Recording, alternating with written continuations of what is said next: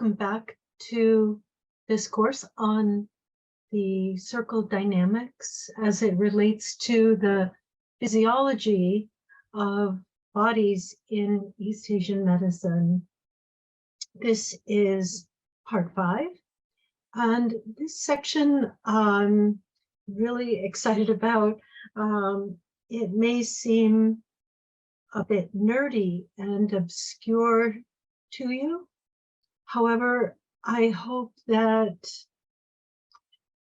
as you go through this, that you'll take it in and really contemplate it and ultimately see how profound and informative these classical chapters are in relation to the circular dynamics of the universe, of life, and more importantly, our bodies and the bodies of our patients. So I will pour myself a cup of tea and share my screen with you.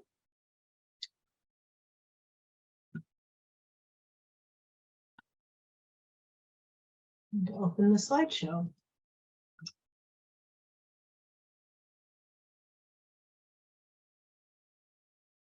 So in this part 5 course, we are going to be looking at the number 3 within 6.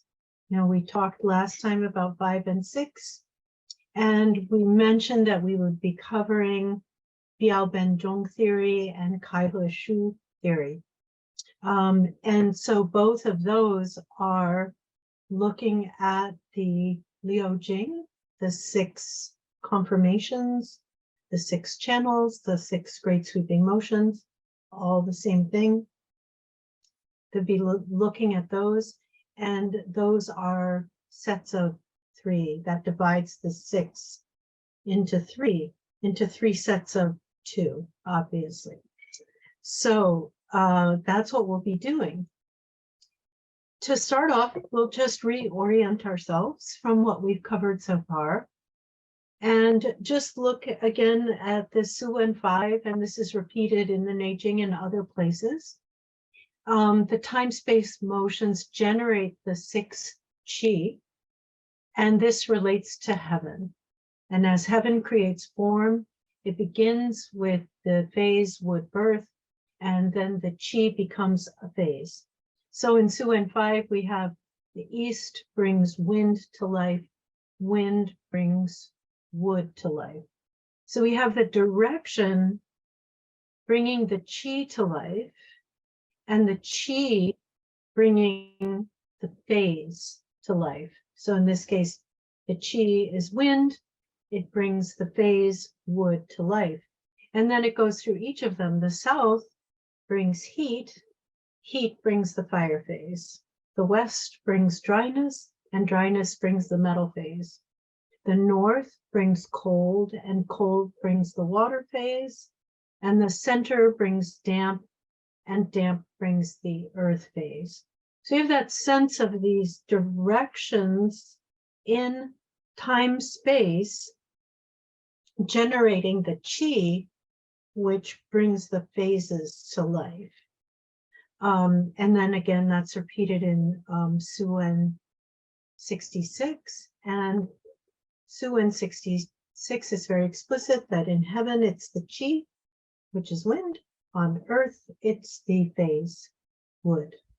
We again know that the phases are, they sort of refer to birth, growth, maturation, gathering or decline, and death or completion or storage.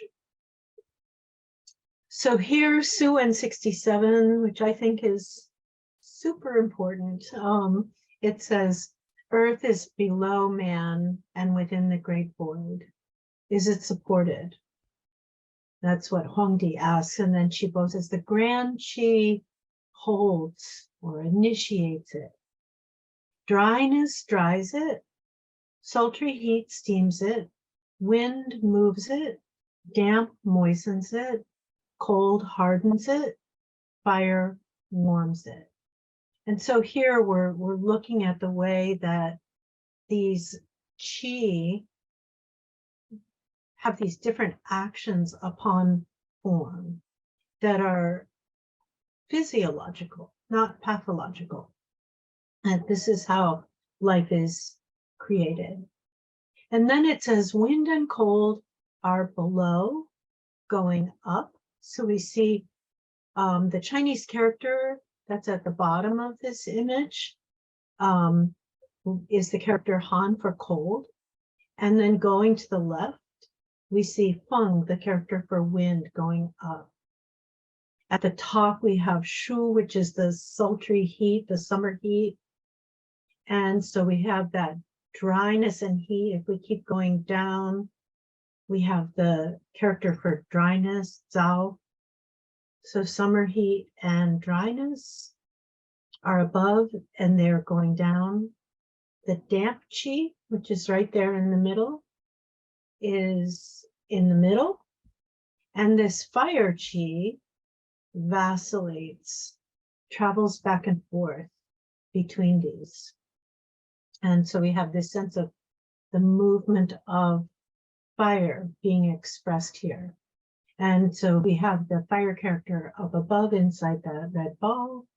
And we have also the fire character below near the water element, right above the water element. So we have this fire in two places that moves between. Then it says it's through cold and sultry heat, so the very top and the very bottom, that the six enter. The six channels enter the Liu Jing, the six great sweeping motions, the six conformations. This is how they enter, is through cold and sultry heat. And this causes the great void to generate and transform into life. Well, that's a really big statement, isn't it? That it's through cold and sultry heat that these other six can enter. And so one thing we'll be exploring today in looking at the three within the six is, what does that mean? We'll be exploring what does that mean and why is that important? So the wuxing relate to birth, growth, development, decline, and completion. And the wuxing are influenced in these tasks by the six great sweeping motions of the conformations. So then we also have a connection in the Huangdi Neijing between the conformation, the qi, and the phase. So shui yin brings wind, which is wood. Taiyang brings the steaming up of cold, which is from the water element. Yangming brings drying, which is decay and hardening, and that's metal. Shaoyang brings fire into position to transform into life, which is the outward fire. Taiyin brings damp moisture, form, and nourishment, which is the soil element or phase. And Shaoyin brings heat, life force, and intelligence, which is an inward fire. So we have an inward fire and an outward fire in relation to the great sweeping motions, six Jing, six channels. And this is our last of kind of looking at a recap of where we've come from. The 12 channels, which are the six conformations in pairs. There are these six pairs of channels form the pathways of yin yang from heaven to my body and back out again.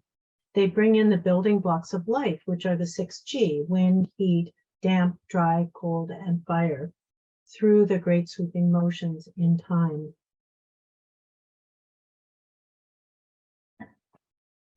So heat is the qi of Shao in great sweeping motion. It brings the life force, yang, shen, intelligence in from the south through the heart to the north, to the kidneys, to my Mingnan, my life gate. Heat generates transformation into life. Shaoyin is the imperial fire of the south to the north. Dryness is the qi of Yangming, great sweeping motion. It solidifies the mud of dampness and is the open pathway of the whole digestive tract from the south to the north. Yangming is the dry metal of the west. Damp is the qi of Tai Yin, great sweeping motion. It's the substance of life, the steaming soil becoming clouds and then rain. This rain is cold. Tai Yin in the damp earth of the center upward. So we're kind of recognize that this rain is cold because the Tai Yin is then what the Tai Yin rain becomes the cold water in the kidneys in the north. Fire is the qi of Shaoyang, great sweeping motion. It places the heat into position to transform into life. Shaoyang is the ministerial fire that turns into position in order to move outward. Cold is the qi of Taiyang, great sweeping motion. It's that which receives the Shaoyin heat in the north, so Taiyang can spread upward as steam from north all the way to the south. Taiyang begins in the cold water of the north. Wind is the qi of Zhueyin, great sweeping motion. It's the movement of the stirring of the life from the north to the south. Zhueyin is the wind wood of the east. So again, that's all taken from the from an understanding of the Huangdi Neijing. It's not quoted from the Huangdi Neijing, but parts of it put together and expressing what the Huangdi Neijing says. So this concept of root, branch, and middle, this is in some ways a very obscure concept. But as we can see, it says that when one has knowledge of branch and root, the application will not fail. If one clearly knows about going with and going against, there will be no question about proper conduct. This is the same. Those who don't know are insufficient to discuss diagnosis. They are only sufficient to cause chaos in the channels or the great sweeping motions. We can think of it in that way. The great essential says, uneducated practitioners smile to themselves. They assume they are knowledgeable. They say, heat has not ended yet, but a cold disease sets in addition. The qi are identical. The physical appearances differ. They are confused in their diagnosis. They cause disorder in the conduits. Then this means the same. Now the way of branch and root, it is important and far-reaching. It may seem small, but it's big. It is possible to discuss one example and to know the harm caused by 100 illnesses. If someone discusses the branch and root, treatment will be easy and does not cause harm. If someone investigates root and branch, they will be able to regulate the qi. If someone is familiar with domination and revenge, he will establish a model for mankind. The way of heaven is completed herewith. And that's as translated by Unsheld in chapter 74 of the Huangdi Neijing. So then Qibo says, among the qi are those conforming to root. There are those conforming to branch and root, and there are those conforming to neither branch or root. And Huangdi says, I should like to hear about this comprehensively. And Qibo says, the Shaoyang and Tai Yin follow the principle of the root. The Taiyang and Shaoyin conform to the root and branch. Zhueyin and Yangming conform neither to branch nor the root. They follow the principle of between the root and branch, mediators. And this is my own translation. Could also say they follow the principle of the middle. Those that follow the principles of the root generate by the root. Those that follow the principles of the root and branch have root and branch transformation. Those that follow the principles of the in-between take the in-between chi for their transformations. So what the heck does this mean? It's very interesting and very cryptic and obscure. And I've been doing research on this and contemplating it for a long time. And I think I do understand it. And I do also understand why it's important. And that's what I hope to transmit to all of you. I learned about root, branch, and middle. Yeah, just that it even existed as an idea many years ago, and the way it was explained to me didn't make any sense. There was sort of this explanation, and I'm sure you all have this experience of reading an explanation and seeing, okay, it's an explanation, but I still don't really get it. And why is it important? And so the explanation when I first learned about it felt that way to me. And so I kept on studying and contemplating and reading sources of commentary. And so hopefully I'll be able to, assimilate that and articulate it out in a way that makes it quite accessible. Okay, so what is the root? What is the branch? And what is mediating? So in chapter 74, also says, when the chi prevails on earth, this is the root. Okay, so when it's on earth, this is the root. And this is also the root in terms of the stems. And then the branches are the stem reaching into heaven, while the root is the trunk that creates the form. So we'll keep that in mind. So in this picture here, we have that trunk of the tree that's connected to earth, but we also have these branches that go outward. So we're starting to have this image, hopefully, of these branches that reach into heaven. And those branches not only receive influences from heaven, you imagine it like a tree that's receiving light from heaven, but the tree also grows upward and expresses itself by reaching back up out to heaven. So there's allowing heaven to come in, and there's expressing back out to heaven. So the root is this post-heaven form, this body. And the branch is that body's connection to, or we could even say communication to pre-heaven influences. Okay. So when we think about the Shaoyin and Taiyang coming to life through the root and the branch, this is the kind of image. Oh, it's the trunk and the branches up communicating with heaven. Whereas Shaoyang and Taiyin come to life only through the root. So we can start to understand just a little bit, but we'll go into it more.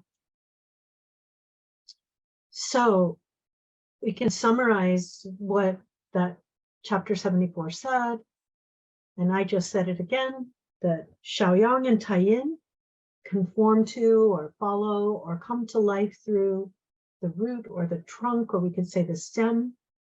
And I'm going to say now that's post-heaven. That is form, so it's post-heaven.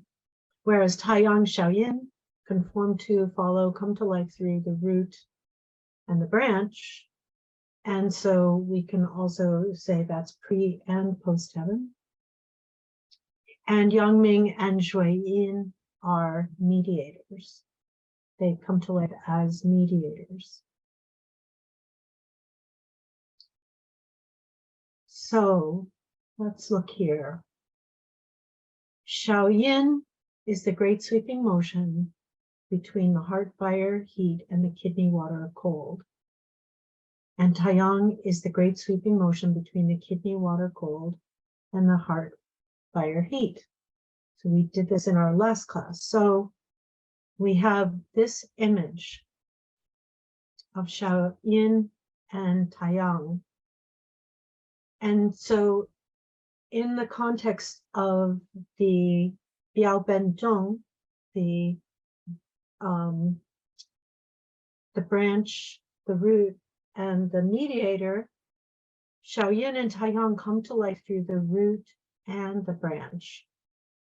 So what I'd like to notice here is that this is this connection to heaven.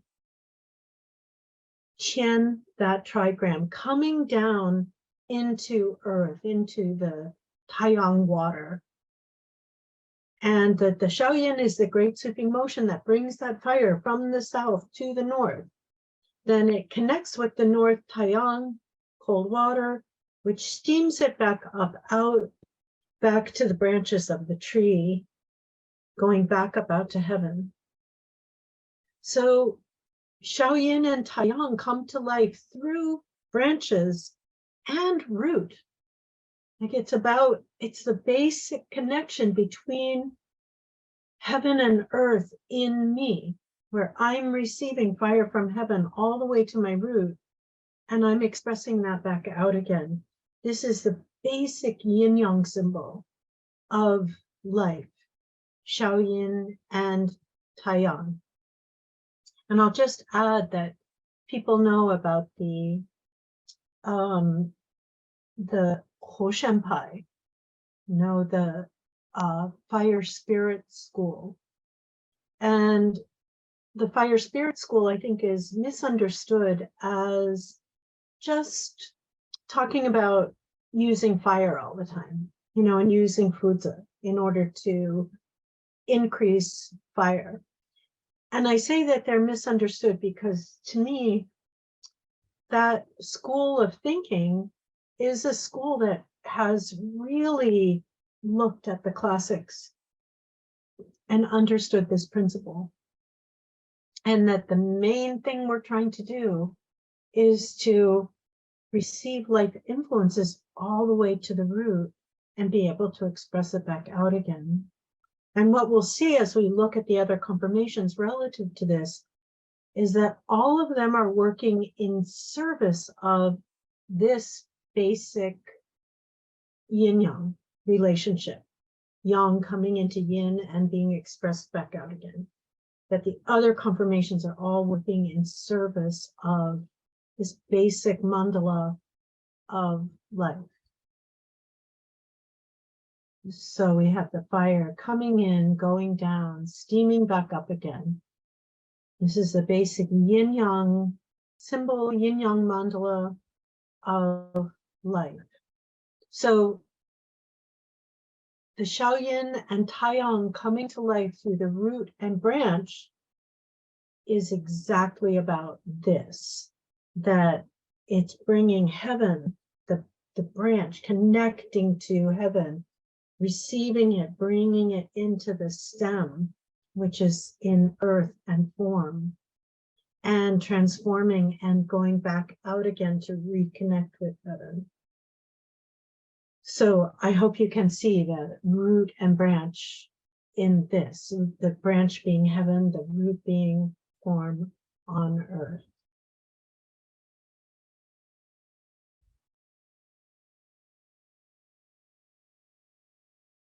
So here we have Yang Ming is the pathway between heaven and earth. It's the mediator between fire and water's interconnection. So if the main thing is helping fire and water be interconnected, the pathway for this to happen is Yang Ming. This is Yang Ming coming through the west and allowing the connection between fire and water. It has to have a road to travel on, and that road is the Yang Ming, which is also, of course, related to all the vertical downward motion in our body, including the digestive tract, and even including the arterial blood flow, that downward vertical movement in the body, and the inhale of the breath is downward vertical movement. All of that is the energetic of Yang Ming, that downward vertical. All of that is necessary to be open through and functional in order for spirit, life force, heavenly yang, you can call it any of those things, to be able to come down into me all the way to my root, where it can then support me. Now, clinically, there are just so many examples from my practice of how this is so important. So usually in clinic, and this is not incorrect at all, we just look and see what's the pattern that needs treating. Hopefully we're looking at what's the pattern that needs treating, and treating that pattern. The way this is so useful is things like, I'm just thinking of a patient of mine with infertility and lack of ovulation. And in doing my diagnosis with her, I saw that there wasn't a problem with Shaoyin, that she didn't have any cervical mucus, that she wasn't ovulating, and you could think, like, I want to supplement her kidneys, like get her hormones going with treating her kidneys to get her to have a basal body temperature change and get her to have fertile mucus. However, in doing the diagnosis, there was no problem with Shaoyin. It was not a problem with weakness of the kidneys. However, looking at her, I did see that there was a blockage in her downward movement of fire from the south into the cold water of the north. That blockage was a mixed hot and cold pattern that was a Bancha Shishinton pattern. So when I follow these principles, then I can open up the West with the Bancha Shishinton. Then what ends up happening? She immediately starts getting cervical mucus, and her basal body temperature changes, and she then became pregnant. So how do we understand that? We could see that she didn't have any frank kidney deficiency. However, if the Yang Ming in the West is blocked, the Shaoyin fire cannot come down to reach or be stored in or transform the cold water. Right? It couldn't get there because the pathway was actually blocked. So that's just an example of a clinical application of this principle of Yang Ming being this pathway that's there to give that Shaoyin fire the root to come down into the cold water. Okay. Shui Yin is the pathway and mediator between earth and heaven in the east. So it's the upward movement. It gives a pathway for these combined fire and water. Now the fire has entered the water, it combines. What does that create when fire and water combine in the north? When fire is well stored and there's plenty of water, that fire is going to start steaming it upward, and then you have fire within water, and that steaming upward is the liver blood, and that is the venous flow upward, back up to the heart. So Shui Yin is this pathway that makes the connection. back up to the heart and really to the heart master, which is what I call the pericardium, because it's kind of a direct translation of what it's called in the classics, which is the Shinju. So the heart master, or the heart wrapper vessel, Shinbao Luo, we could call it. But anyway, we know that Shui Yin in the East is liver, heart master, you know. So it's that blood coming back up to connect with the heart. And we'll look at this more. What's the clinical relevance of that? So we have this Jueyin east wind wood as well. So we can now understand that Shaoyin and Taiyang come to life through the root and the branch. Yangming and Jueyin are the mediators between that in the west and the east, respectively.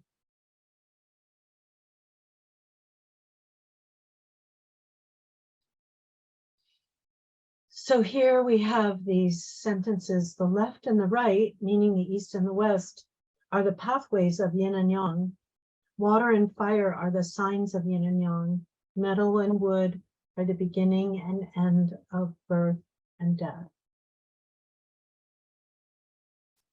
So why does Qi Bo then emphasize cold and sultry heat as the way the other 6 Qi come in to create life? How is this related to water and fire being the manifestation of yin yang, or the sign of yin and yang? Now we can see why. Because this sultry heat in the south and cold in the north, this is the basic yin yang mandala. And all the others are there to support it. And all the other 6 Qi come in because of the fire and water connection. But there's more. So we're going to be looking more at the movement of the earth, the sun, and the moon, and how this relates to these ideas that we're talking about. So really about why it is the cold and sultry heat. It's through that the 6 enter in order to generate and transform into life. We also have not yet talked about Shaoyang and Tai-Yin following the principle of the root. But we know that this root or stem or trunk is this qi prevailing on earth. So these branches are these stems. So Shaoyang and Tai-Yin follow the principle of something that's very much about the earth, about form, which also means that that's very much about the post-heaven body. Okay, so the earth moves around the sun on a specific orbit. This creates the cyclic alternating changes of the 4 seasons. The earth also revolves on its own axis, creating the diurnal day and night superseding each other. And the moon revolves around the earth, and this creates the lunar cycles of waxing and waning. So within the yearly, monthly, and daily cycles, the position and shape of the sun, moon, stars have specific laws of change. So let's just look. We have the earth orbiting the sun, creating the 4 seasons: summer, autumn, winter, and spring. So this is a yearly cycle, which causes the 4 seasons. And then we have the day and night cycles, which are related to the Earth revolving on its own axis. And that is the cycle that creates the rising of the sun and the setting of the sun. And then we have the movement of the moon around the Earth, causing the waxing and waning of the way that the moon appears. So I don't know how many of you pay attention so much to the moon. Where I live, it's really easy because we have a nice, expansive view out towards the west. So right now we have a waxing gibbous as the moon is just past the halfway point and starting to move towards being full. So we have these three different cyclical movements that cause changes. Of course, we know that the moon causes the changes of the tides, and so it has a big effect on the water on the planet Earth. So we'll be looking more at what are these three cycles. We're going to kind of go way off into some astronomy in order to come back to this idea about Shaoyang and Taiyin.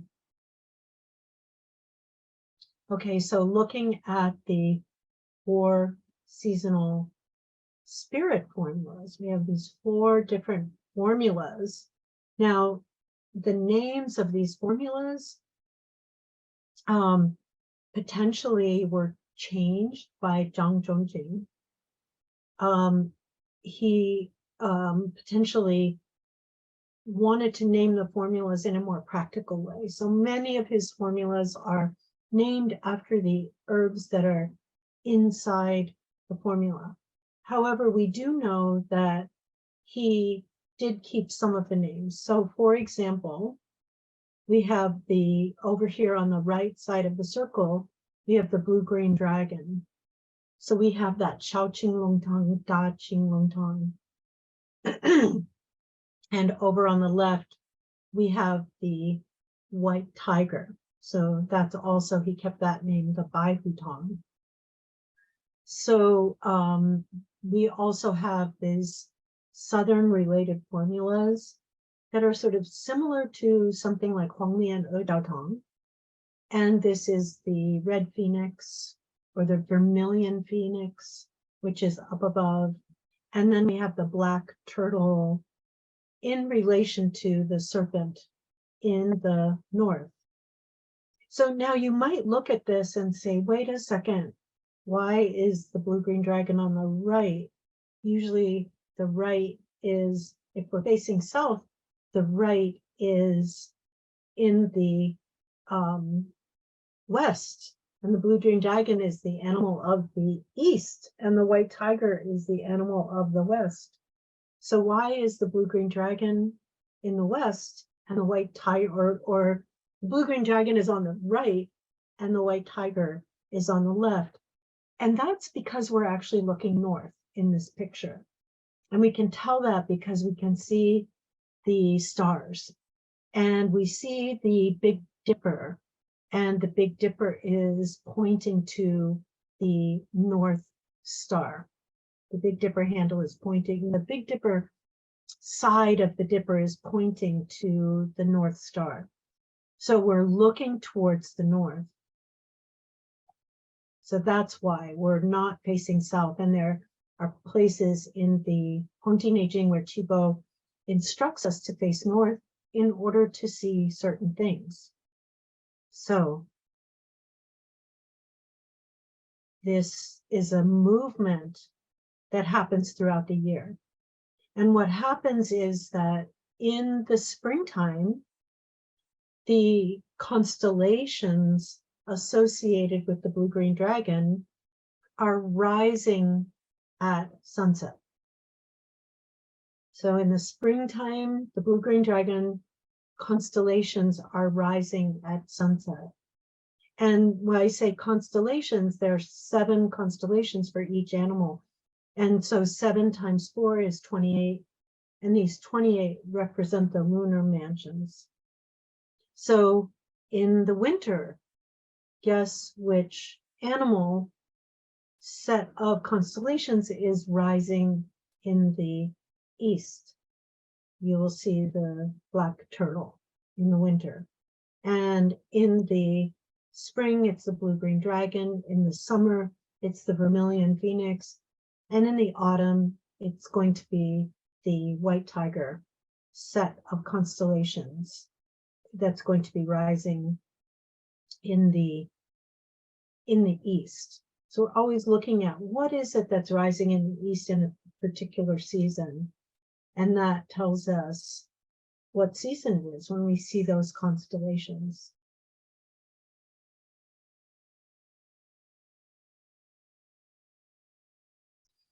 So the red phoenix summer, white tiger autumn, black turtle winter, and blue-green dragon in the spring. So when we're looking at this circle, where is the axis? And the axis is always from the sun to the earth here.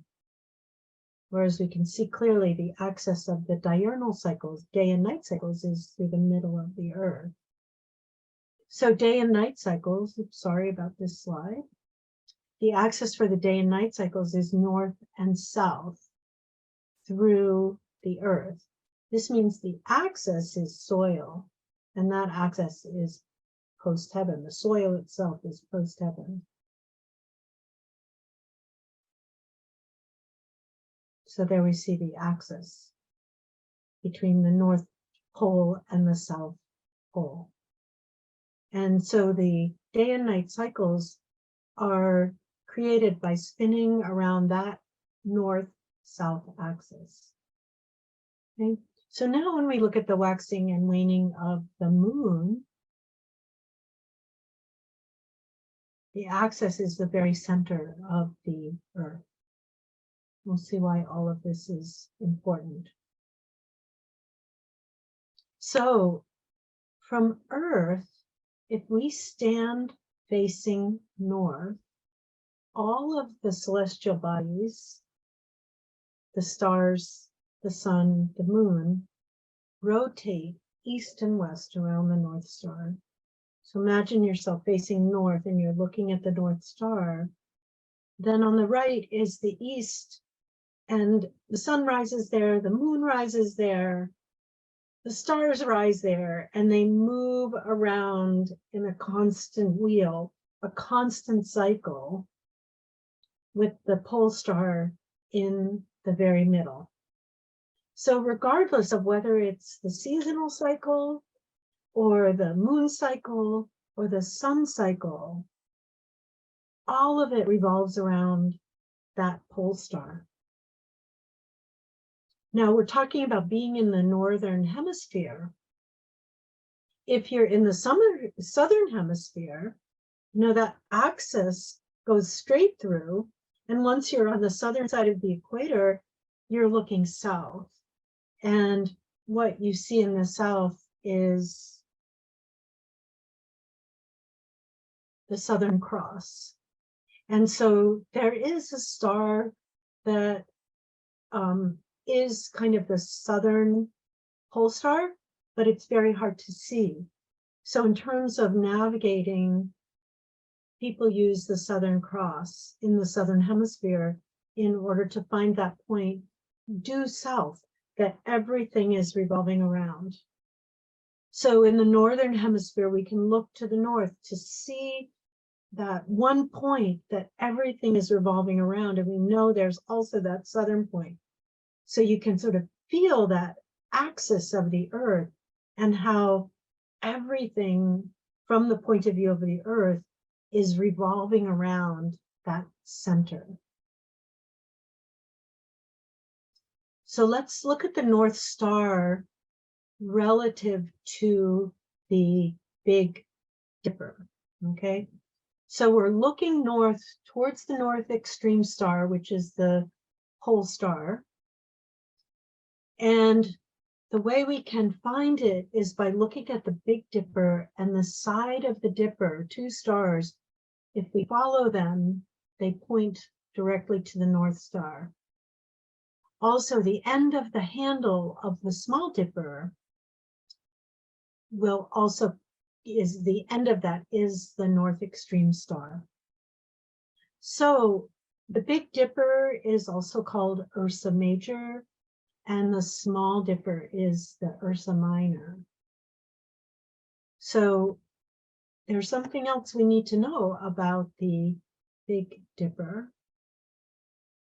And I'm reading now from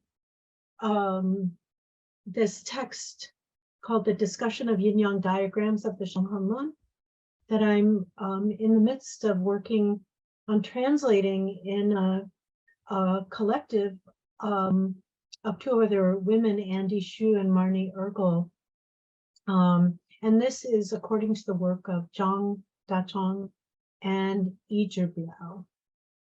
So he writes, the regular pattern of the 7 stars of the Big Dipper as it revolves around the North Pole Star, as observed by the ancients, is that one revolution represents 1 year. In addition, when the handle of the Big Dipper points east, it's spring below heaven. When it points south, it's summer below heaven. When it points west, it's autumn below heaven. And when it points north, it's winter below heaven. This engenders the concept of the 4 seasons and the corresponding 4 directions, namely spring east, summer south, autumn west, winter north. So this is kind of the image that heaven offers us of the 4 seasons. So when it says the handle pointing, we want to think about that. Let's see. I don't think I can pause this movement, but what it means is that in the winter, you can see the handle facing north. In the spring, we're looking north, it's facing to the east. In the summer, it's facing to the south. And in the fall, the handle is facing to the west. And what this means is that at dusk, at sunset, this is what you will see. So I really invite you to check this out because it's very cool. You know, if you have a place where you can go and you can see the Big Dipper and notice what season it is, you know, sometime after dusk, you will notice this movement. And then as the seasons change, the position of the Big Dipper will revolve around the North Star, and the handle of the North Star will point more and more circularly. It'll more and more to the direction of the next season, moving in a big circle, which is very cool. Because the Big Dipper revolves around the North Pole Star, this is considered the center, corresponding to being above the Earth's surface. Because of this, it represents the position of the observer. The circle formed by the movement of the Big Dipper is the North Extreme Circle. Correspondingly, on the Earth's surface, there is the observed circle of the observer. The North Extreme Circle is the I Ching Taiji's image in form. The Big Dipper movement is the Source Chi's image form. So this is basically saying to also look like here you are standing on Earth. And so the center of this is the northern extreme, and that center is also related to Earth, because it's from your position on Earth that you can observe this. So we have an additional concept of Earth in the center. when he says the I Ching's Taiji image, we'll look at what Taiji means, but basically the yin yang symbol is being expressed here with the center of the image being the source chi.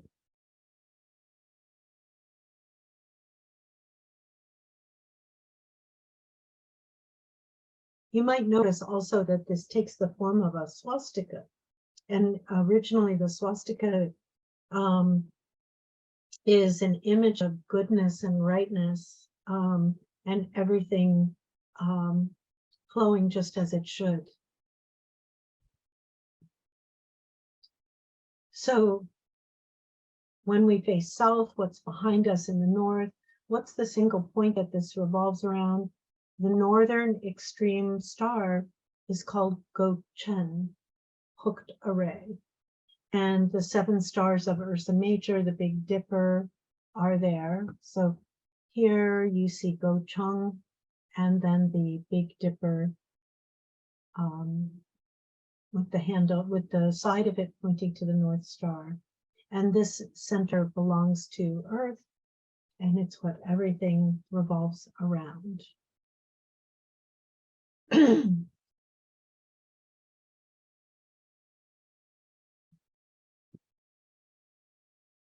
So again, each quadrant is made up of these 7 constellations.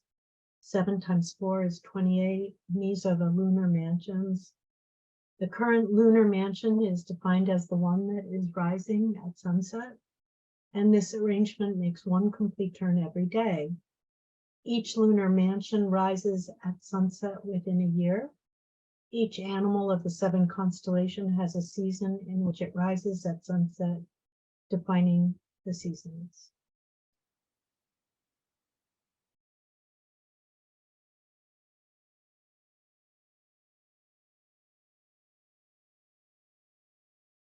So at the same time, as the planet orbits around the sun, forming the changes and transformations of the 4 seasons of the year, there's also the southern and northern poles and the unbroken North Star line that constitute the central axis of its west to east rotation. This means this moves such that one rotation is 24 hours. The Earth's rotation formed the day and night diurnal changes and transformations. This causes the changes and transformation due to the influence of sunlight and heat. During the day, it's bright and the temperature is relatively high. Nighttime is dark and the temperature is relatively low.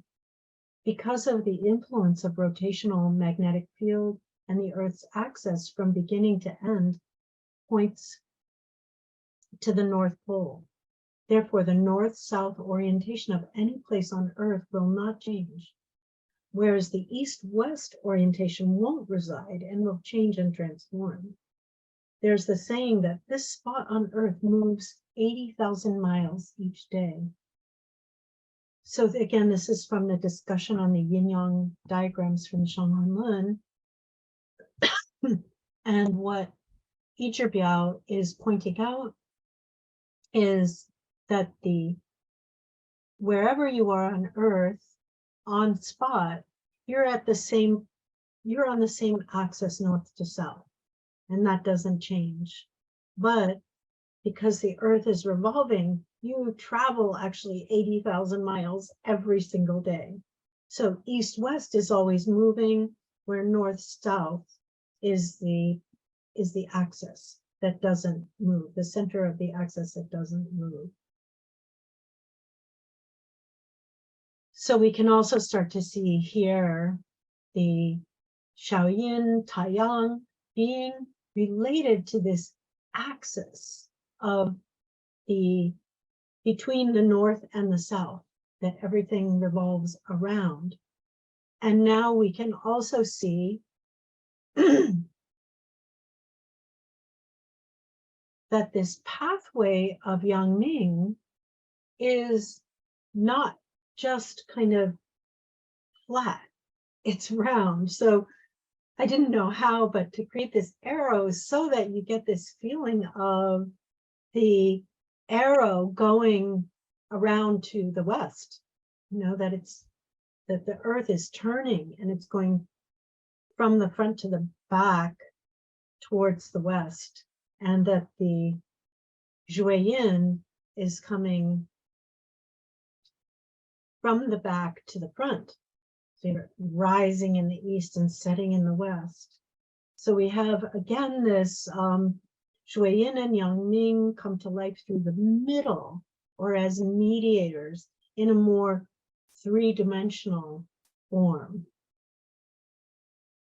So when we're looking to the north and we're feeling that southern pole behind us, we see we're in this axis, we're in the center of this axis, and everything is turning with it, the setting in the west and rising in the east. Everything is turning around us from our vantage point in the middle.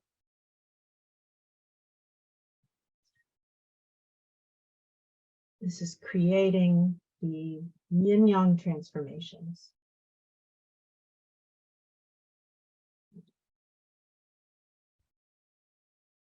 So I really invite you to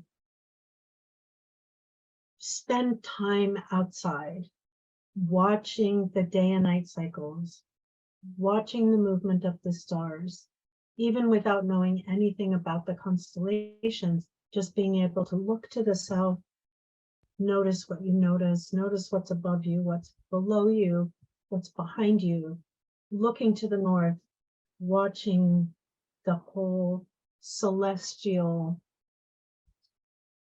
circular dynamics move around, and contemplating north, south, east and west, as well as center. So now we're talking about the Shaoyang and Taiyin coming to life through the root. And so we're looking now at soil. And just to remember that soil is translated tu, and sometimes tu is translated as earth. We think of the 5 phases, we usually think of the earth phase, but I'm translating it as soil throughout this because I want to differentiate it between the character di, which is tian di, heaven and earth, that this soil is the post-heaven, the wuxing aspect of earth. So that's the one that I call soil. So here, from again the discussion on the yin-yang diagrams, soil can be looked upon as the common boundary of metal, wood, water, fire. So now imagine you're looking north and you're seeing this axis that goes right through you all the way to the south, and left and right are metal and wood circulating around. What's the common boundary? Is the spot where you are on the earth. So that's soil. It does not belong to yin, nor does it belong to yang. Like, it's not one or the other. Or it can be said that it belongs to half yin, half yang. Within the 4 seasons, it's both the birth source and the final settling place of all the other 4 movements. This is to say that 10,000 things are born from soil and return to soil. In terms of the 4 directions, it doesn't belong to one of the 4, but rather is the beginning point for them all. This is to say that if there's no center point, there's no ability to go in the 4 directions. The specific properties of soil, as discussed above, specify that these are in the specific characteristic of the Earth's position and function. That is, that it is without a season, without a direction, without a position, and yet that it can contain everything, improve everything, and provide everything. I don't know about you, but I just think that's so beautiful. Now we can start to see how Taiyin comes to life from the root. It does not move between heaven and earth like Shaoyin and Taiyang, which come to life from the root and root, stem, and branch. It's not mediating in the middle. It is Taiyin soil, the location of all the 12 stems. That's soil in the middle. And Shaoyang's ministerial fire. So we're looking at how Shaoyang and Taiyin come to life from the root. Shaoyang's ministerial fire is the fire at the core of the soil.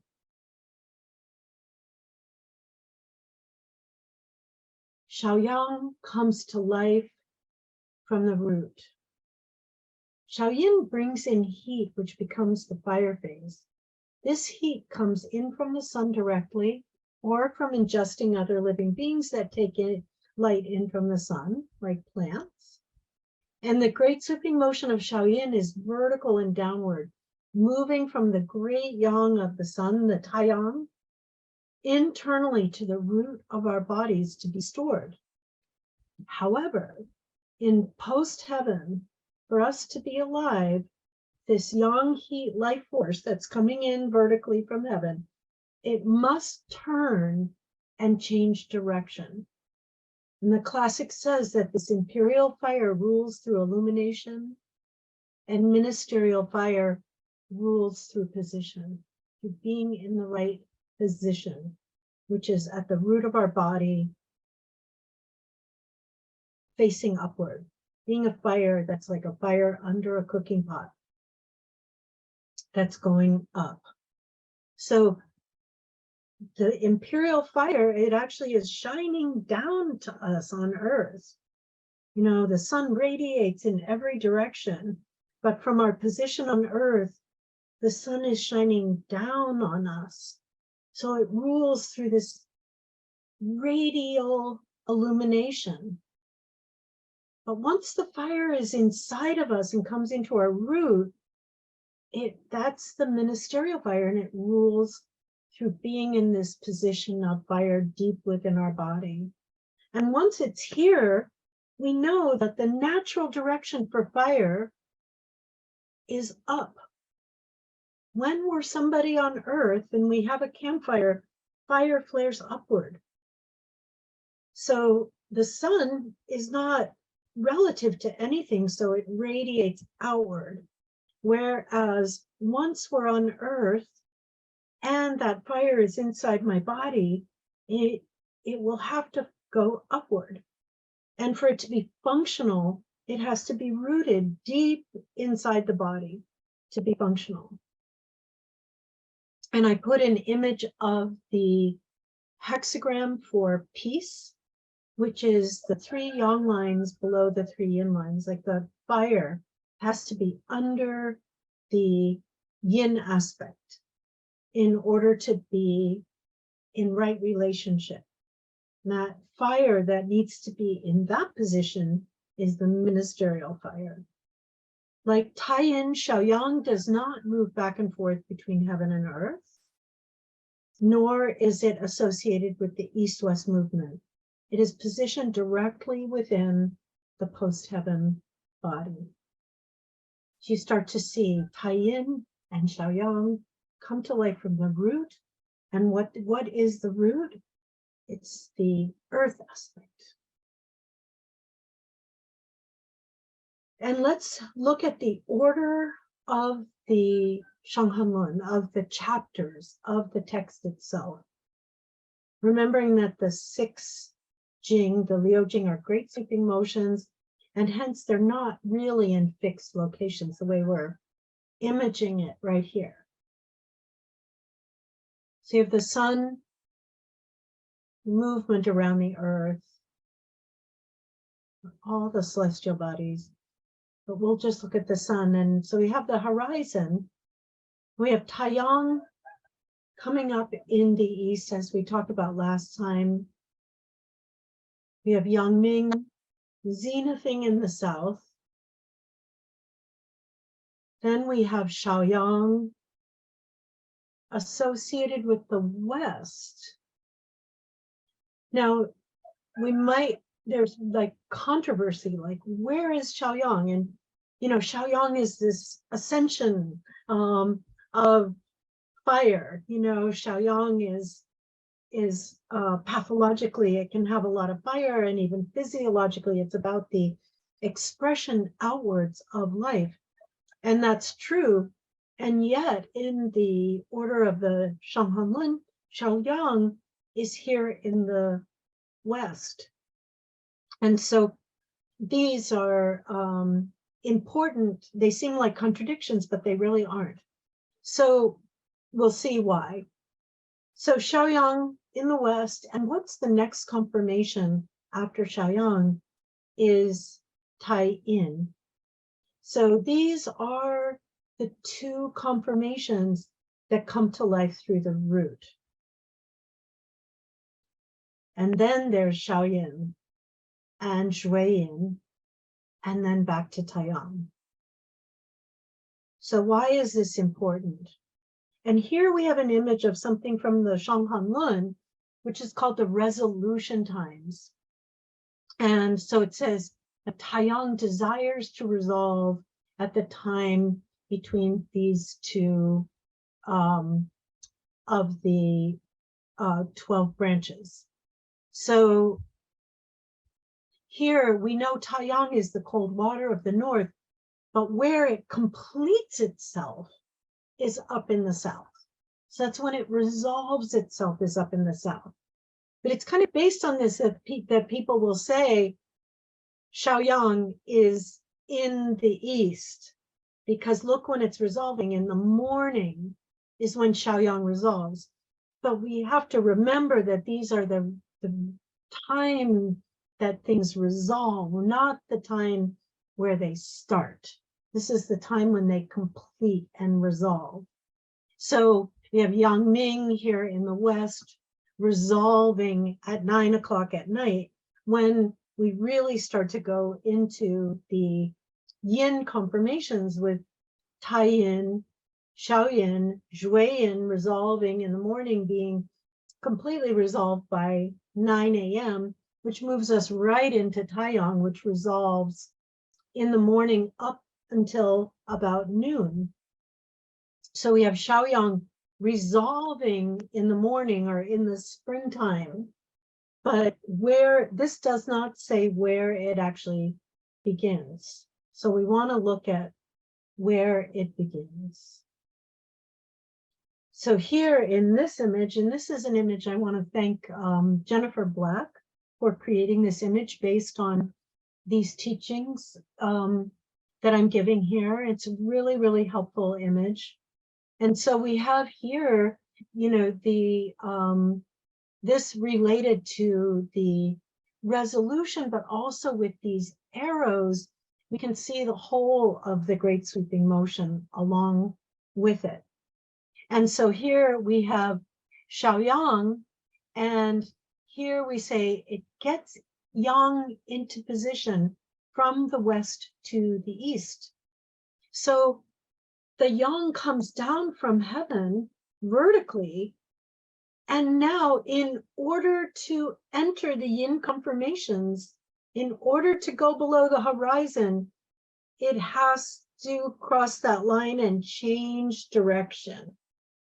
So this also relates to Shaoyang being a pivot. It has a pivotal motion of changing the direction of fire from vertical downward to being deep in the body and position, so that it can express out in the east. So it's true that that fire in the east that comes out, that yang of life, is that fire of Shaoyang, but the function of Shaoyang is as a pivot to move from west to position so that fire can now go up and out. Now, we also just mentioned that the conformation after Shaoyang is Tai Yin. So now we've gone from Shaoyang, now we're in the yin conformations. Fire has entered into yin, It's been brought down by Xiaoyin through the pathway of Yangming. Now it's shifted position as the ministerial fire. And now it is, the next is like, now I can cook food in Taiyin, food and fluids in Taiyin. So you have that Shaoyang ministerial fire underneath the cooking pot of the spleen.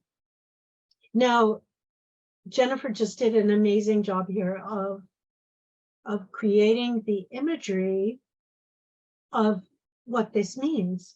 So we have Shaoyang ministerial fire, and we're eating all this food coming down Yangming, and it's absorbed into the spleen, the cooking pot of the spleen, and now that ministerial fire starts to cook that.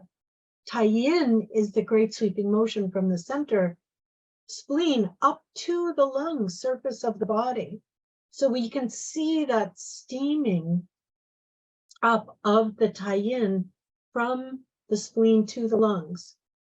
Now, what I want to point out here is that the steaming up of clouds, it's kind of like from earth up into the sky, from spleen to the lungs. And if we have steaming up of clouds from earth into the sky, as they get further from the earth, as it gets to the surface of the body, that water in the steam will cool, therefore it will condense and become heavy, and it will come down in the west. Lung metal is related to the west, rain down, and that is how the kidney yin is produced. So from the food and fluids, transformed to become me, my flesh and blood, but also this steaming up of metal generating water, or Taiyin moving into Shaoyin. So what we want to see here is this yang is coming down from heaven and rooting in the yin, but how does the yin get here? And it's through this process between Shaoyang and Taiyin. And I like to call this the loop-de-loop. So rather than just going in one circle, we're going in a circle. Ministerial fire changes position, works on the Taiyin to create water. Now we have kidney yin and yang. The job of the Shaoyin is to pull that in and store it. So we see the whole process where yin and yang get created with this loop-de-loop. And I hope you're starting to see how Shaoyang and Taiyin come to life through the root. They're in the post-heaven body. They are not mediators. They're not connecting between heaven and earth. They're working like a factory inside our body to produce our flesh and blood and the yin aspect to the action of the ministerial fire on our food and fluids. So Shaoyang's great sweeping motion turns ministerial fire's direction from the west to the east, placing it under the cooking pot of the spleen. Taiyin is the great sweeping motion that, heated up by the molten ministerial fire, steams the damp from food upward to the lungs. The lungs represent the sky and our metal west. As the steam goes up, it cools, then rains downward in the direction of the west to become kidney yin. This is the post-heaven loop-de-loop that creates form.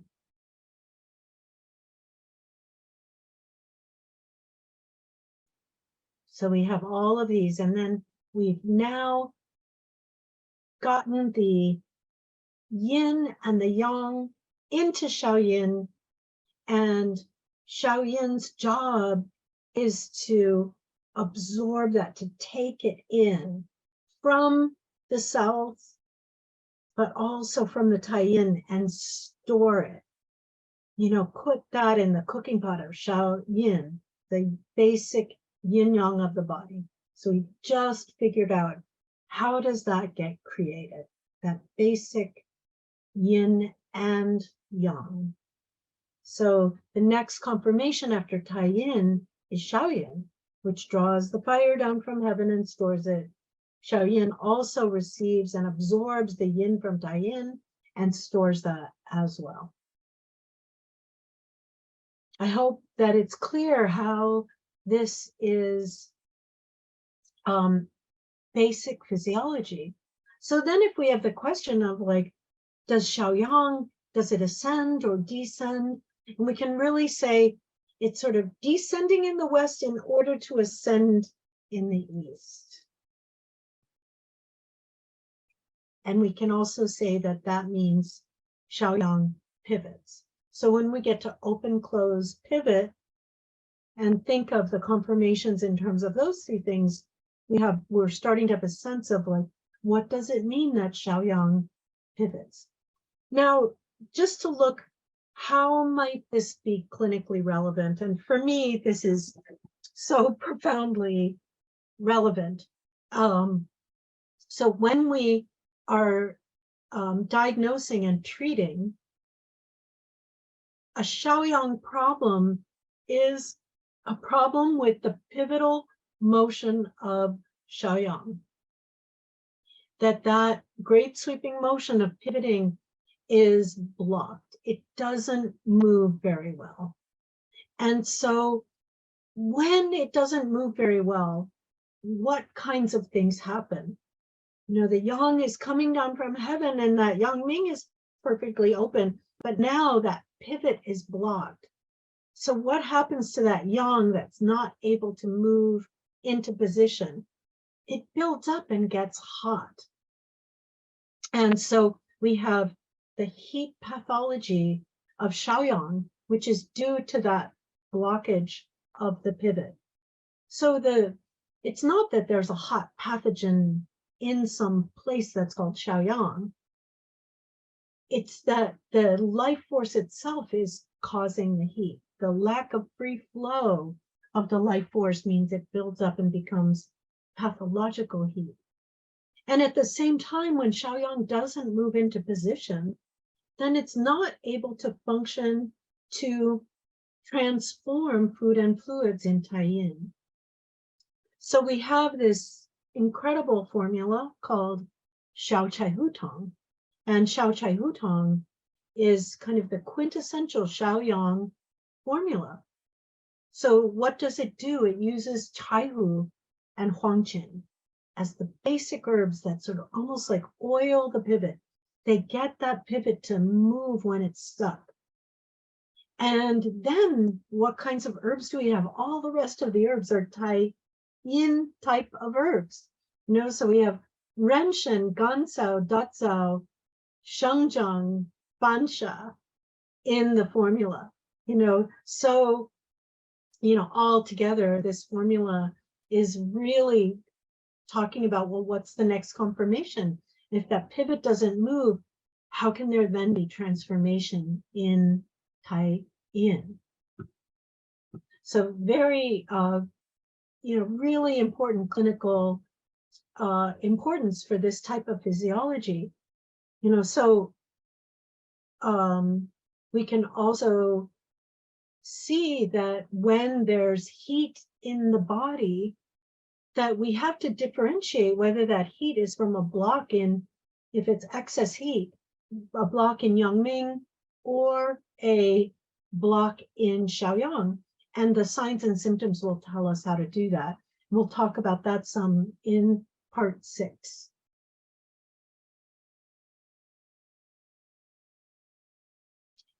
Now, we can also see how Shaoyang could be considered the birth of yin or the dawning of yin.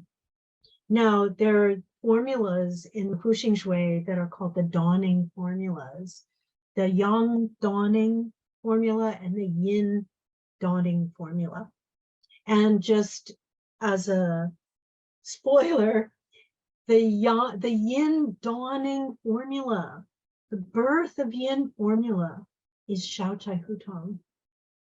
basically it's like Huang Qin Tong, Xiao Chai Hu Tong, but basically these Xiao Yang formulas that open the pivot. So you can see why this would be considered the birth of yin, because this is actually this pivot from Xiaoyang into Tai Yin is how yin is produced in the body.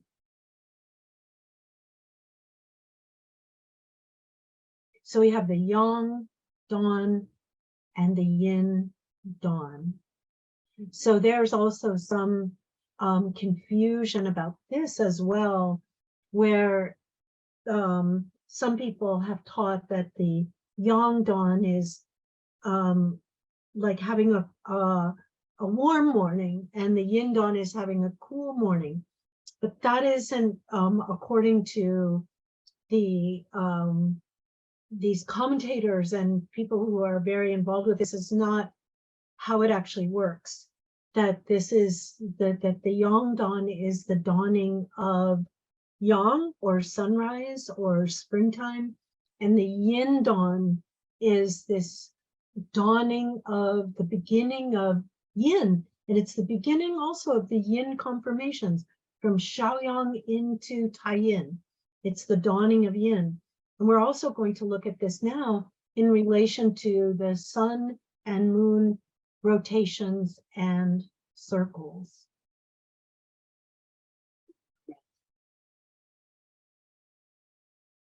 So the yang dawn is related to the rotation of the earth that is about the sunrise and sunset.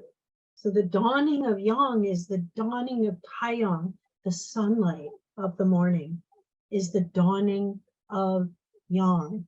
And so we'll see what are the yang dawning formulas, where the dawning of yin is connected to the cycles of the moon.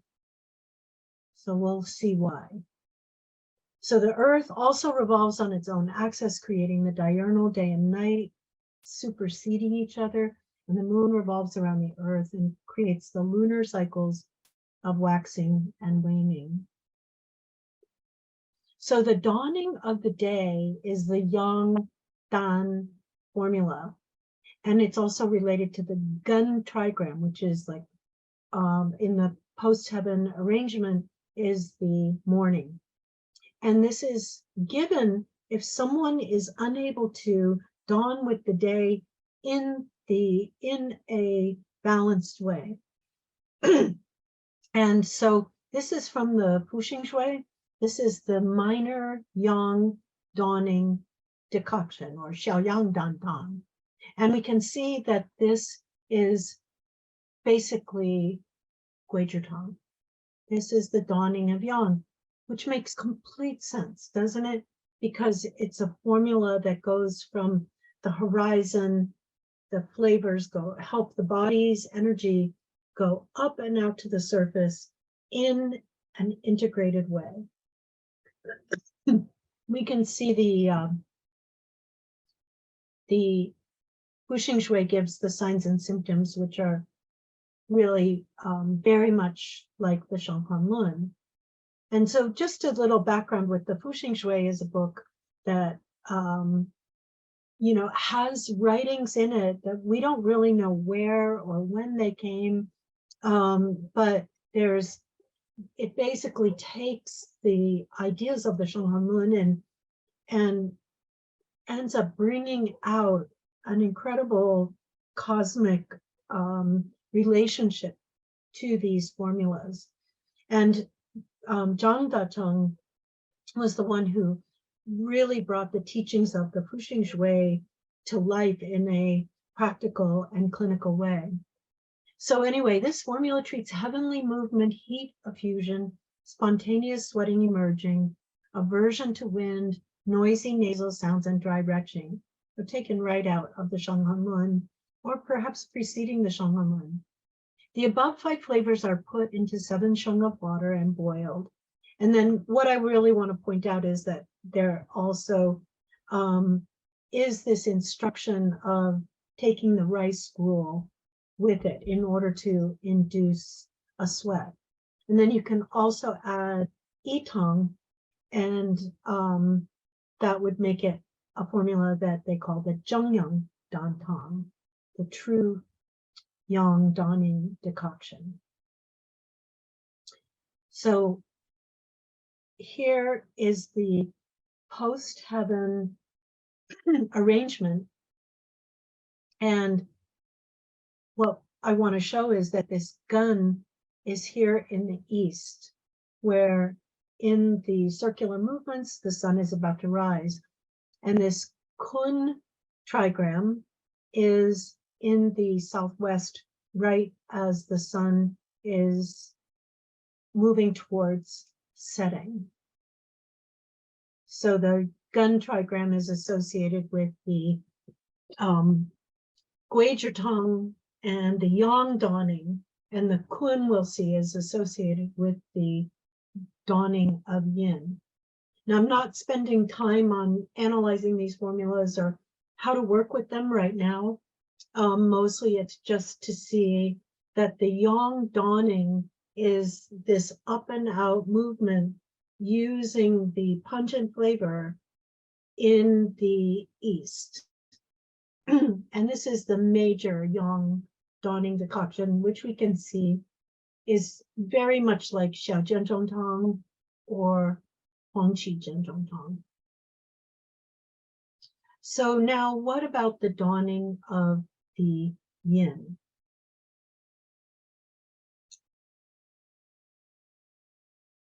So this is from a different book that's by Yi Biao, expressing the work of Zhang Dacheng. And this is a book, I'll show you the cover of it. And it's a discourse on the 2 dawning and 4 spirit formulas from the Pushing Shui. And this is what he says about the birth of yin and these yin dawning formulas. There is a connotation that the moon is related to cold and to water. Even more importantly, the birth and growth of the 10,000 things rely on the sun. The birth of beings could not exist without the sun's warm heat. As for the moon, in early works, it was written that there is a relationship between the moonlight on Earth and the tides of the ocean. Ancient geography writers of the classic of mountains and seas already pointed this out. In the Eastern Han, authors of the discourses weighed in the balance wrote, "The great waves rise up, following the rise and fall of the moon. Its waxing and waning, fullness and decrease do not stay the same." In modern times, it's been proven that gravitational pull of the sun and moon adjust the function of the great qi layer and produce the great qi tides. The arousal of the great qi adjusts the flow and movement of change and transformation, and going one step further, it arouses the changes in weather. The sun and moon adjust the function of the fluid body of humans and all living beings.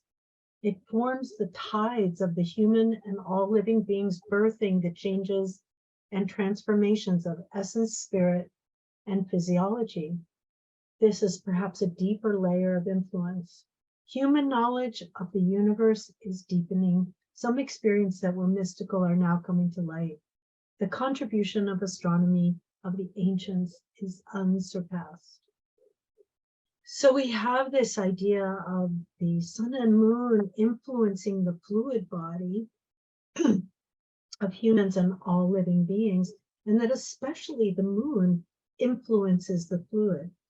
Now we also have this idea of the sanjiao in the body being all the irrigation ditches and the movement of this fluid in our body. So you can keep that in mind. Where in the sky is this waxing crescent, the birth of the new moon cycle? So when we're looking at the cycles of the moon, when the moon is a new moon, it means that it's rising and setting exactly with the sun. So that's one reason why we can't see it at all, because it's right there with the sun. So the sun's light makes it invisible to us. But in addition to that, the moon is between the sun and us.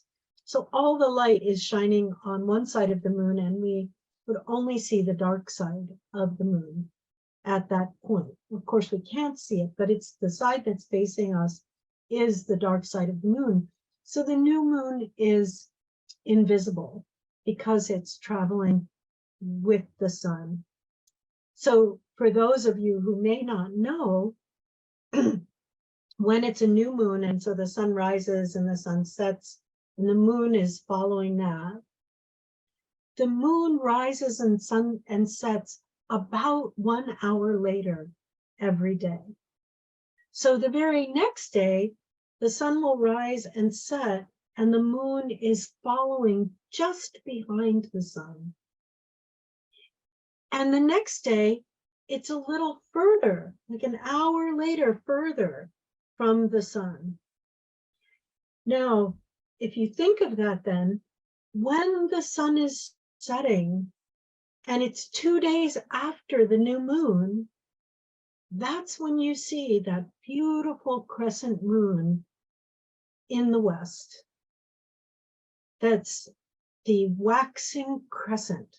So each night it's going to be a little later, a little later, a little later, and it's going to get a little bigger and a little bigger and a little bigger until it is rising at the time of the sunset, the opposite of the sun. So the moon is in the east, the sun is in the west, and that's what we call a full moon. But what we're focusing on now is the waxing crescent. The first time in the evening that you can see the crescent moon, because it's just far enough away, maybe 2 or 3 days, just far enough behind the sun that you can see the crescent moon. And that is the birth of yin. The yin is starting to grow. The moon is starting to grow. And where is that moon? It's just following the sun in its setting. So it's way over in the southwest. That moon is in the southwest with the emphasis on west. That moon is going down. So again, we have this association of the birth of yin with the west, as we have the Shaoyang also associated with the west, as the yang conformations move into the yin conformations, and the tie-in, it then can go in and support the tie-in to actually create yin that is stored through the night in the kidneys. It's really beautiful. I hope you get that, how cool this is. Okay, so the Showan, which is an ancient dictionary, says dawn is Ning, this illumination when the sun is first seen. As for Earth, all categories of dawn are in accord with this character, Ning. From the point of view of the character dawn, which we see here, the upper part is the sun character, and this represents the sun, which is Taiyang, is another word for the sun. The lower part is expressing the Earth's horizon. We have that one line. So we see dawn as the sun coming up from the horizon. Therefore, the fundamental meaning of dawn is the sun rising. Oops, sorry.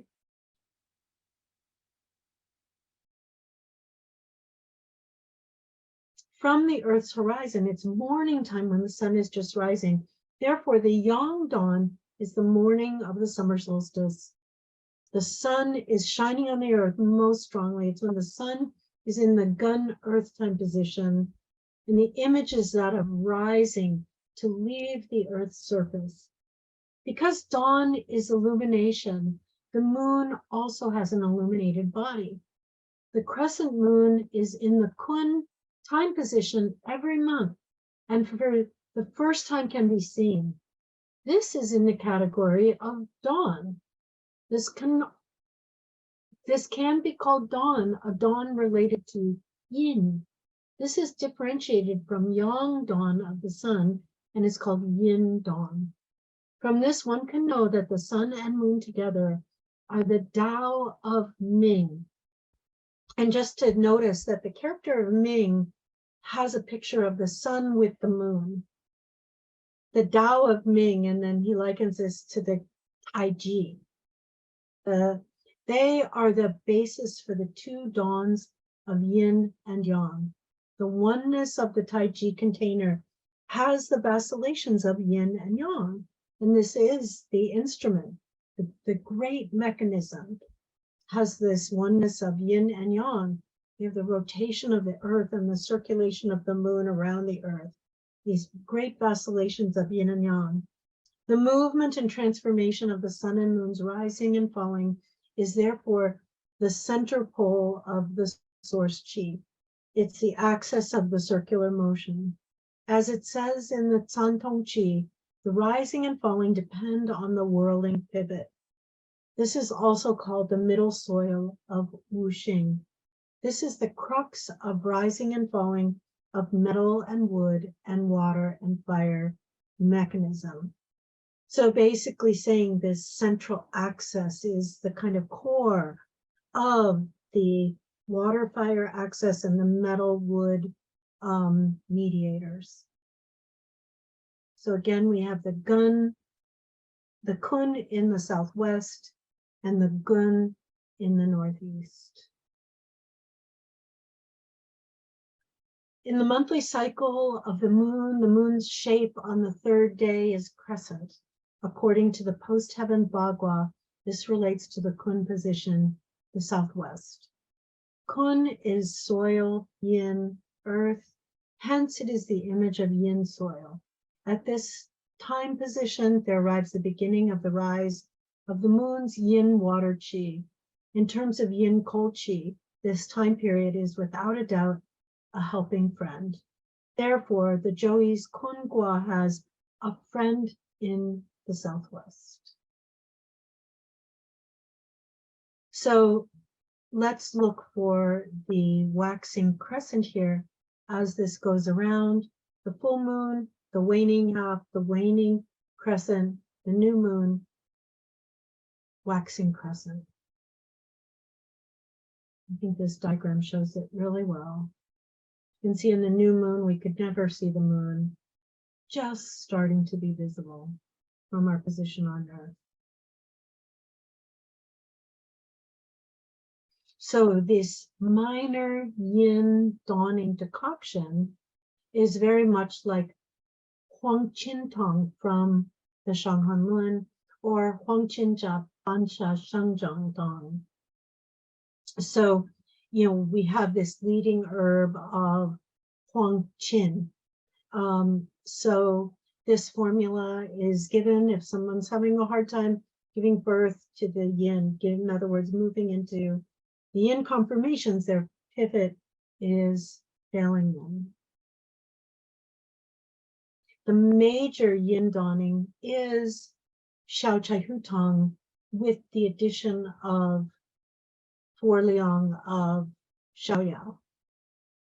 So the Fu Xing says that it's a formula to treat all disease with head and eye dizziness, dryness in the throat and urge to retch, food not descending, vexation and fullness in the heart, cropping pain at the chest and rib side, going and coming of cold and heat. So you can really see the similarity with the words of Zhang Zhongjing in the Shanghan Lun here.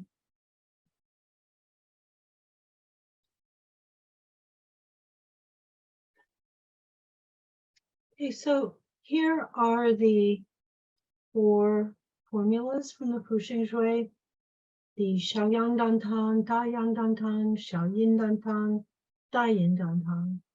They're all in one place. So we can see from the left, Guizhi Tong, the Huangqi Jianzhong Tang type formula, Huangqin Tang or Huangqin Da Bancha Shangchang Tang, and Da Yin Dan Tang, which is Xiao Chai Tang with the addition of Xiaoyang. So what I would like to point out now is the formula that Dr. Zhang Datung calls the primordial chaos origin qi decoction. And that is made up of these herbs. These herbs are inside all of these formulas. So what we can see from this is that we can take the primordial chaos origin qi decoction and we can have it go one way towards dawning in the east or another way towards the dawning of yin, the dawning in the west. So going towards the east with Guizhi, Renshen, Huangqi, or going to the west with the Huangqin, Chaihu herbs.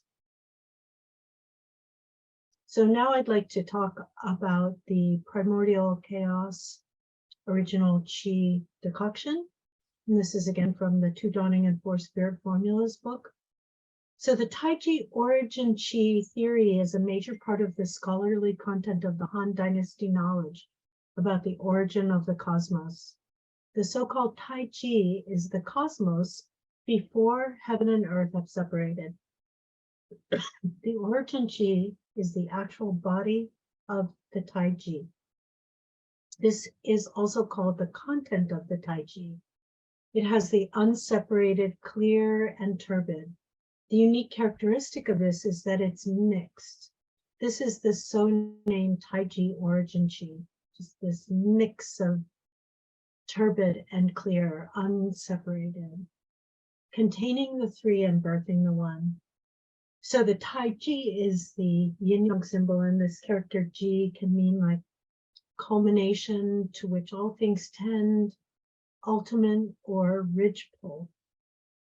The 3 are the yin and the yang and the S-shaped boundary line between the yin and the yang, and the 1 is the unity of these. The Taiji contains the 2 qi, clear and turbid. It's also the demarcation line from which the 2 qi are born and raised. Although undifferentiated primal chaos, it is the difficult to sever. It is the qi of one integrated whole that has an inclination to separate into the clear and turbid. The name of primeval chaos is temporary because it has this tendency to separate. The origin qi of the primeval chaos is without a pole and is then called generated without a center. It's born of the push and pull movement of the qi without a pole. It is the qi before heaven and earth divided and is called the pre-heaven origin qi. Because the Taiji is born without poles, the poleless ji of the Taiji is empty and without content, other than the undifferentiated clear and turbid. It is dark, undifferentiated chaos, obscure and hazy qi, and this is called origin qi. The clear and turbid are dense and thick like cereals fermenting. Gradually, the clear and turbid appear. The clear corresponds to heaven, the turbid corresponds to earth. It is within a process like this that the transformation and birth manifest into the dividing line of the 2, qi, the clear and turbid. This is the Taiji origin qi that uses the idea of containing the 3 and giving birth to the 1. The dividing line of the clear and turbid has two extremes. So there's a lot of attention being paid here to that dividing line between the yin and the yang, between the clear and the turbid, between heaven and earth. What is that dividing line that's murky and obscure? And in some ways, the space that's between heaven and earth. So here we have a yin-yang symbol that is the yang and the yin, and this dividing line, this sort of S-shaped dividing line, is this source chi that is the source of the yang and the yin and has this tendency to divide into yang and yin, but is the source chi. So when the two chi of heaven's clear and earth's turbid join and rotate around, they transform and generate the two chi of yin and yang. The yin-yang two chis joining and rotating around each other are in the image of the sun and the moonlight's rising and falling. In the Fuxing Shui, the so-named yin dan and yang dan, the yin-yang dawnings, are in the image of the rising sun and moonlight. With analysis, it can be seen that both of the yin and yang Xiao Dan Tang's formula contain Xiaoyao, Shangjiang, Zhigansao, and Dazao, the four flavored herbal substances. The above mentioned three herbs or four herbs suitably correspond to the Taiji's origin chi, clear, turbid center. They constitute the meaning of this primal chaos as becoming something from nothing, or the evolutionary creation of life. This middle soil, the Taiji that generates the two poles, the middle soil is the line of demarcation of yin and yang. So what he's saying is that this line that's between yin and yang that can go either way depending on which herbs we add, can be the dawning of yang or the dawning of yin, that the dividing line is this primordial chaos, and that is exemplified in this formula with Xiaoyao, Shangjiang, Zhigansao, and Dazao. That is the primordial chaos, original chi decoction.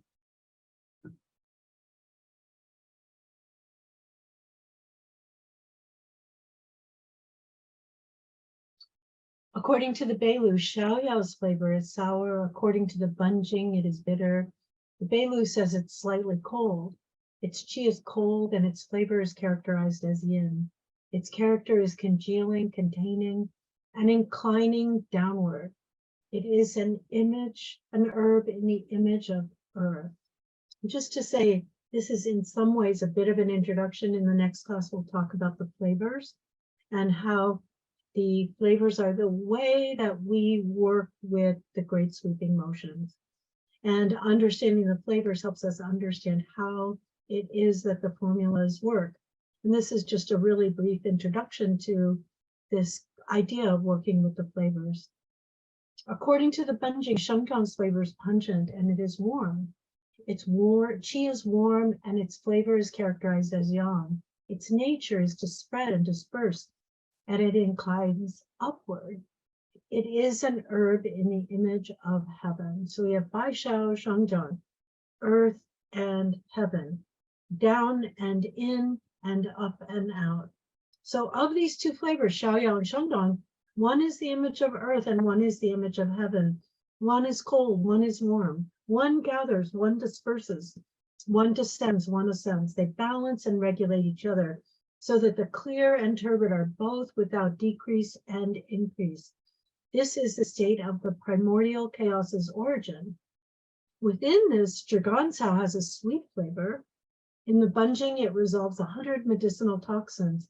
It is the essence of the 9 soils. The sweet flavor means a bland flavor or like a balanced flavor. It's like that flavor of the middle. It also refers to the middle earth's Ji position. Its Qi is balanced. It has no hot or cold.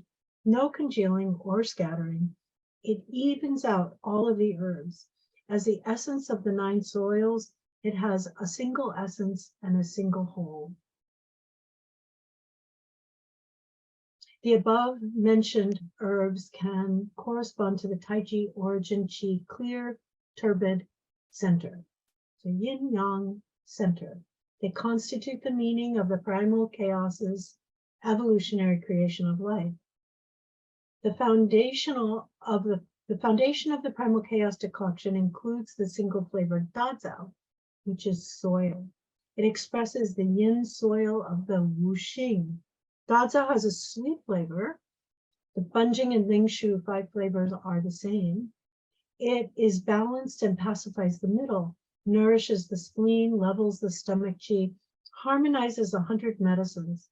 In terms of the ability of its qi flavor nature, it shares a lot in common with gansao.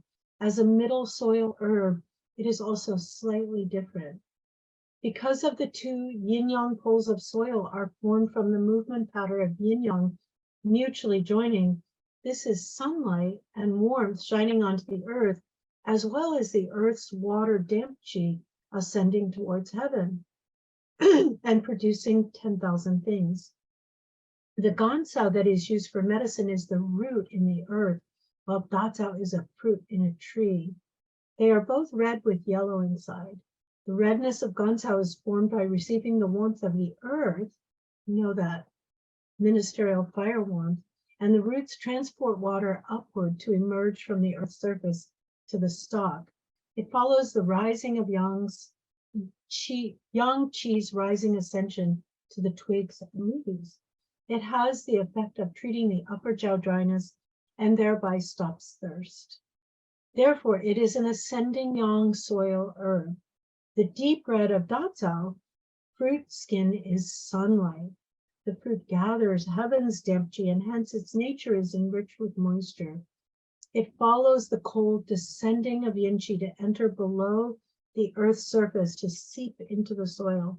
So it's a fruit that gathers up the sunlight and moisture from the environment and falls down to earth, whereas gansao grows upward.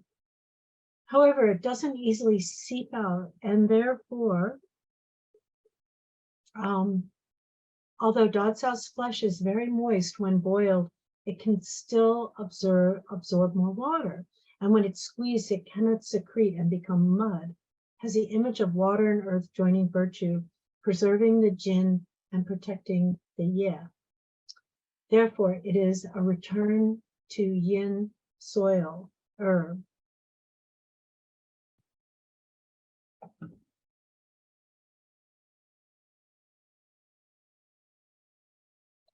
Shengjong, along with dazao, has the function of filling, nourishing, benefiting, and boosting the qi of water and grain.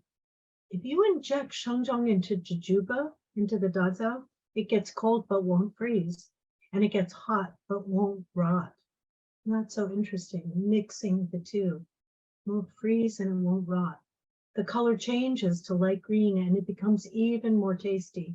This proves the profound theory that the two together greatly stimulate vitality and increase and strengthen middle soil, spleen and stomach, good fortune. These two, when used along with the sour baishao, boost the yin fluid and gather it downward. With the sweetness of gansao, this raises the yang qi, spreads and effuses. This is the yang balanced with yin secret function. This is the foundation of the rising and falling of middle soil. This is the S connecting line that's formed between the fish in the Taiji map that separates the yin and yang. This S line is then 2 fish eyes and are the corresponding circular operations at the center of the circle. Along with the Taiji circle, they are also the great circular operations. If at the farthest point of the fish tail, at the point of the circumference, there is no spreading out circularly and operating, there is no separation of the yin-yang 2 polarities. This is without season, position, or direction. Within, it conceals metal, wood, water, and fire, distinguishes the nameless 18 days of the 4 seasons. This refers to the soil governing the 4 seasons and is a spirit concept. So here we have this earth center, the 18 days between the seasons, the gun trigram there in the northeast, the kun in the southwest.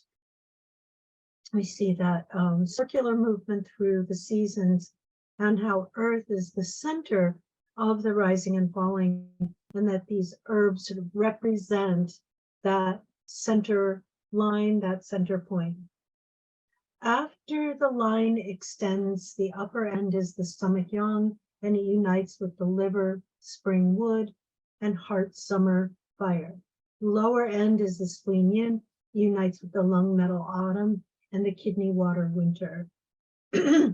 This 2-soil yin yang is the mother of the other 4 movements. It is the 2 poles generating the 4 images. Simultaneously, the middle soil is also where the other 4 movements return. The soil does not have the same standing as metal, water, wood, fire. It's a higher class. Within the map of the 4 seasons and the wuxing, there is stages of the long season of summer solstice to the beginning of autumn, as well as the winter storage of the winter solstice to the beginning of summer. And then just taking a moment to look at this formula, Chai Hu Gui Zhi Tang from the Shanghan Lun, line 146, says after suffering from cold damage for 6 or 7 days, there's fever, mild aversion to cold, severe pain in the joints of the extremities, slight vomiting, propping fullness in the epigastric and hypochondria region. These symptoms indicate an exterior syndrome that has not resolved. Chai Hu Gui Zhi Tang is indicated. So Yuko Jun, in his volume 1 of A Walk Along the River, says, Qi transformation refers to the formula's ability to transform and to generate essence qi from food and drink. In this way, it helps restore and strengthen the functions of the spleen and stomach. In doing so, it encourages the continual production of qi and blood, which then spreads through the 5 yin organs, the 6 yang organs, the limbs and bones. Thus, we can say that its connection to the spleen and stomach is significant. So he's talking about this formula and the fact that it includes this primordial chaos origin qi decoction. And in Chai Hu Gui Zhi Tang, of course, it's a combination of the yin dawning and yang dawning formulas. He also says the scope of Shaoyang is very wide. As the Qing physician Chen Chueyuan said, externally, the Shaoyang controls the interstices and pores. Internally, it controls the sanjiao. In this way, all of the interstices and pores on the outside of the person's body, as well as the thoracic and abdominal cavities on the inside of the body, can be deemed as within the scope of Shaoyang. Therefore, whenever I see a patient with a prolonged disorder that has failed multiple treatments and where it's difficult to conclusively determine the site and nature of the disease due to a confusing set of signs and symptoms, I consider first using a Chai Hu prescription as a trial formula.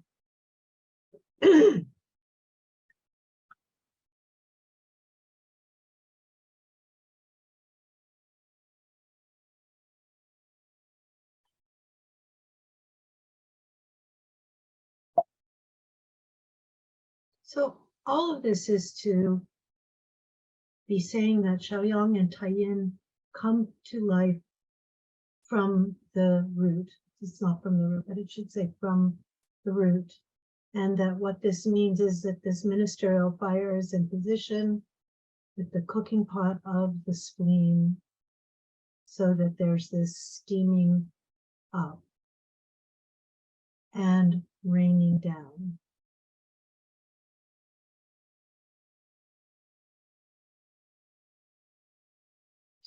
In terms of physiology, the Shaoyang and Taiyin are related to the dawning of the yin and the loop-de-loop that the moon makes as the earth rotates. They are the cauldron of post-heaven life. So here's just an image of the loop-de-loop of the moon around the earth. And so now we have an idea of why that would be associated with the Tai-yin and Xiaoyang coming to life through the root. So that's root, branch, and middle. And just to remind people that the Neijing tells us that when one has knowledge of this, the application will not fail. If one clearly knows about going with and going against, there will be no question about proper conduct. So, in other words, it's really important to understand this.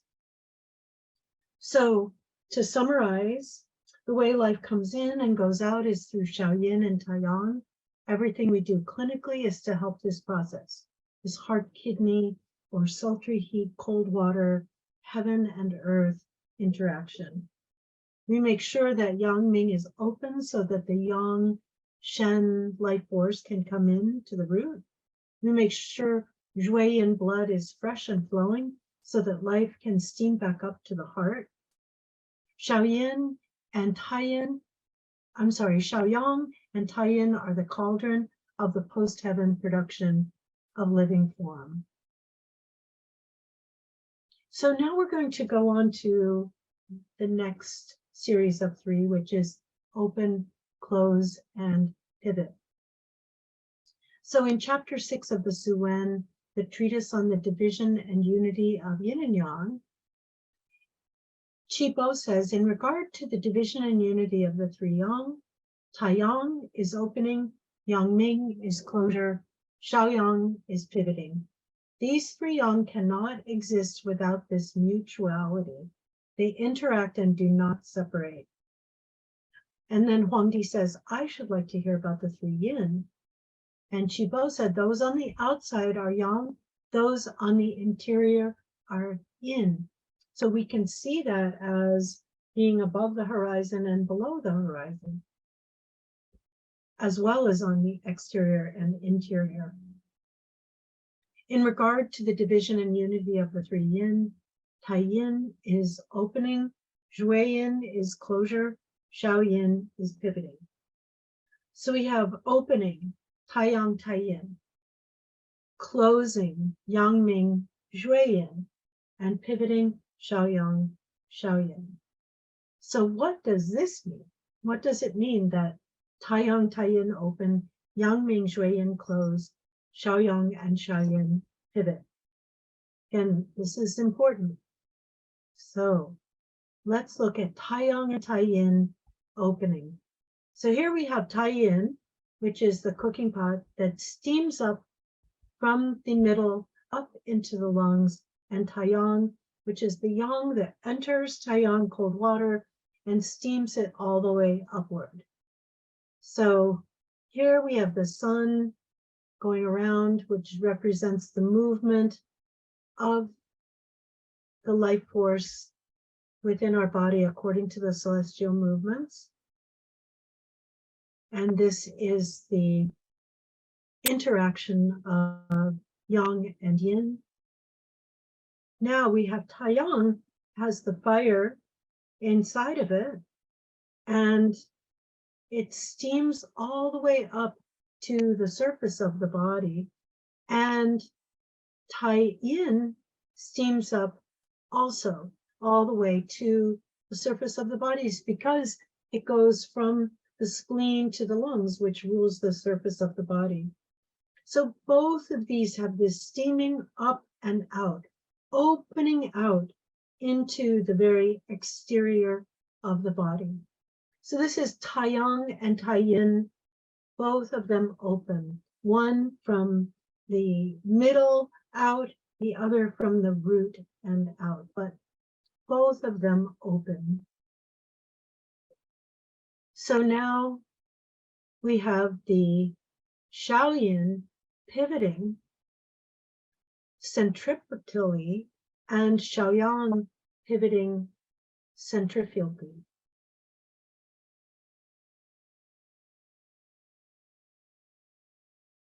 So let's just think about that. We've already talked about Shaoyang as the pivot that pivots the ministerial fire into position so it can go up and out. We haven't really talked about Shaoyin as the pivot. So Shaoyin is the pivot from the yang that illuminates. The imperial fire rules by illumination, this radiant warmth that goes in every direction. But I'm pivoting some of that centripetally into myself. So condensing, making it one-pointed, internal into me. Whereas Shaoyang takes that fire and brings that centrifugally back out again. So we have this pivoting of the wheel that has a spiraling in and spiraling out motion. And Shaoyin is spiraling it in and Shaoyang is spiraling it out. So another way to look at it is that the pivot's a hub of the turning, and Shaoyin turns into reception and storage, while Shaoyang turns outward to express. So here's an image of a spiral, and we can see it sort of, is it going in or is it going out? And here is another image of a spiral, spiraling in, but also we can see going out, out, out. So the hub has both spiraling in and spiraling out. And this is the Shaoyin, which draws into storage, and the Shaoyang turns to bring that back out again. So you have Shaoyin and Shaoyang are pivots.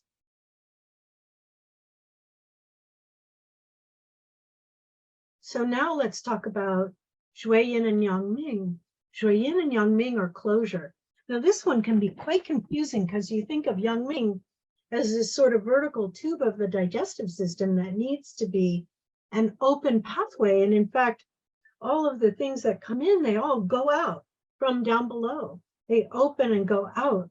So it seems like Yang-Ming has to be open. How is it that Yang-Ming and Shui-Yin are closure? How does that work? So this is something I've contemplated for a long time, and I think I do understand it.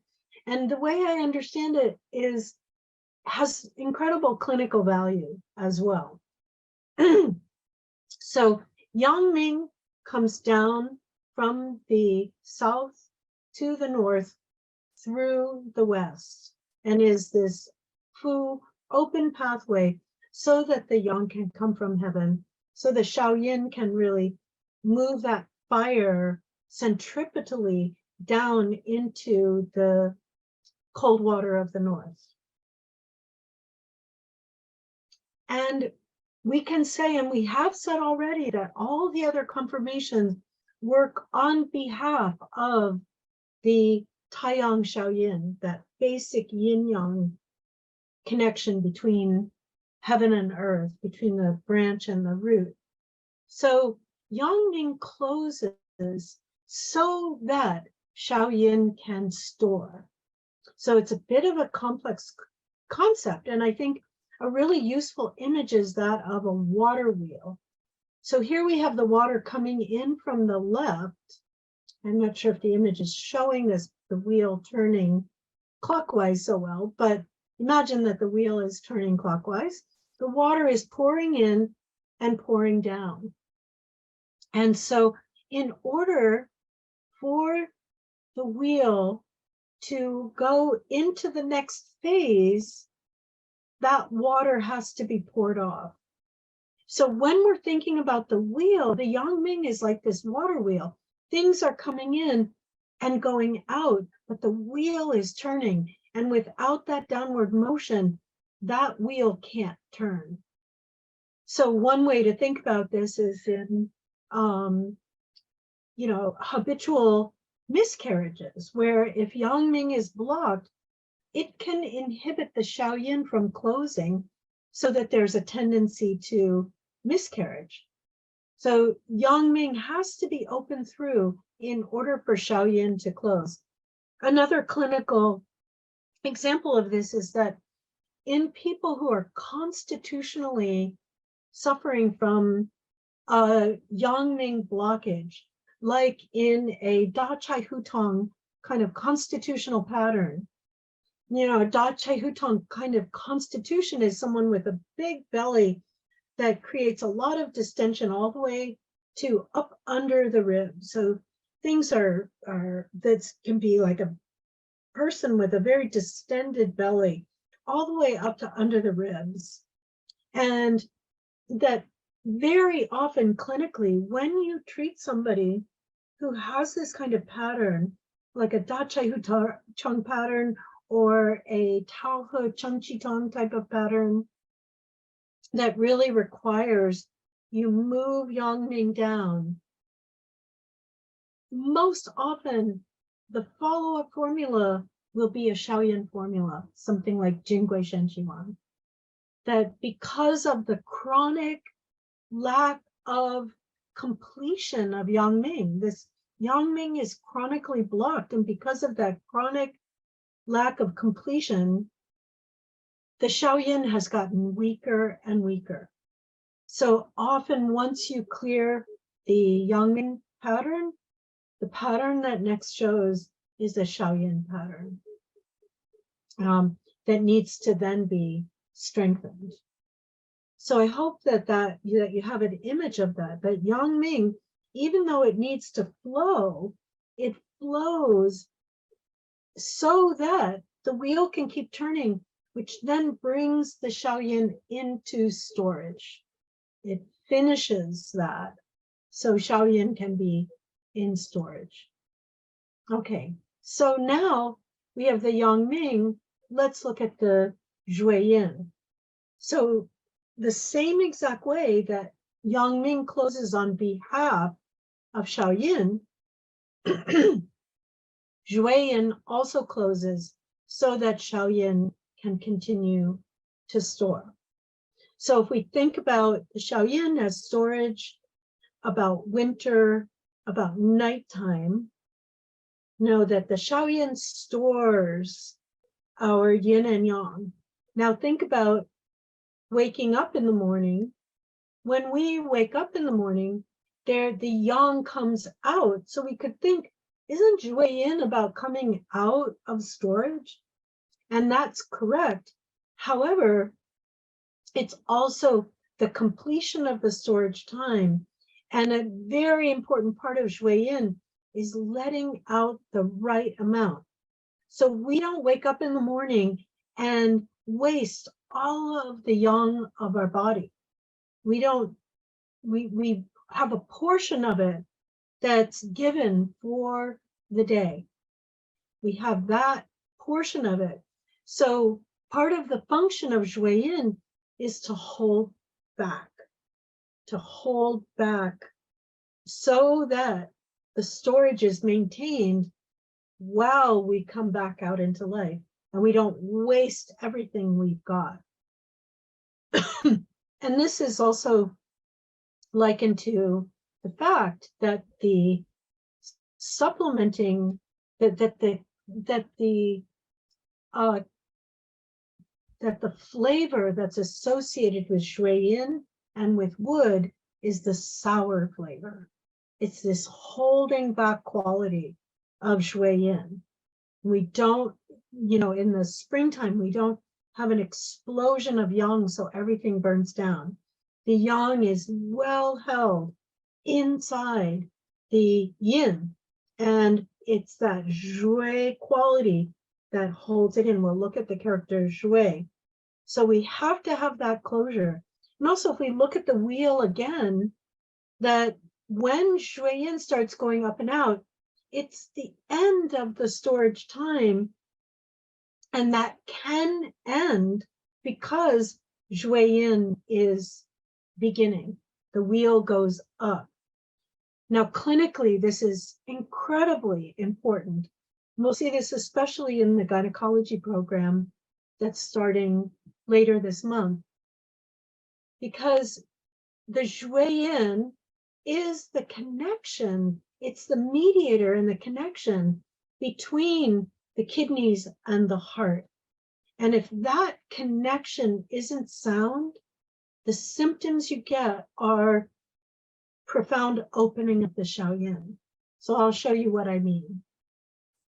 So first we'll look at this character, Xue. It means like the term Xue Yin is terminal yin or reverting yin. It's translated in different ways. The end of yin, but this idea of reverting, it's like going back on itself. It also means to faint or lose consciousness, to go back and not go out. It also means to die or pass away. And it is the end of the yin time and the beginning of the yang time. So the yin is passing away, the yin aspect coming out of winter, out of midnight, and that is passing away. But there's also this Xue, it has to hold back, that idea is in the Xue Yin. Again, so, it's like having a wood stove, and the wood stove has to be really held and strong. You don't light a fire in your living room, and if you don't have the stove, it'll burn out really quickly, but it'll also catch your house on fire. You have to have something that holds it back, that keeps it in storage for it to be functional while the heat radiates outward. So we also have this with the arrow going up, that the wheel can then go back up again. So I'm going to try to illustrate that a little bit more. Xue Yin's blood is the mixing and upward movement of the stored kidney yang and yin. So we know we got the yang down to Shaoyin. With the loop-to-loop, we got the yin into the Shaoyin. And now it's like an alchemical cooking pot of yang and yin there. And they're going to interact with each other.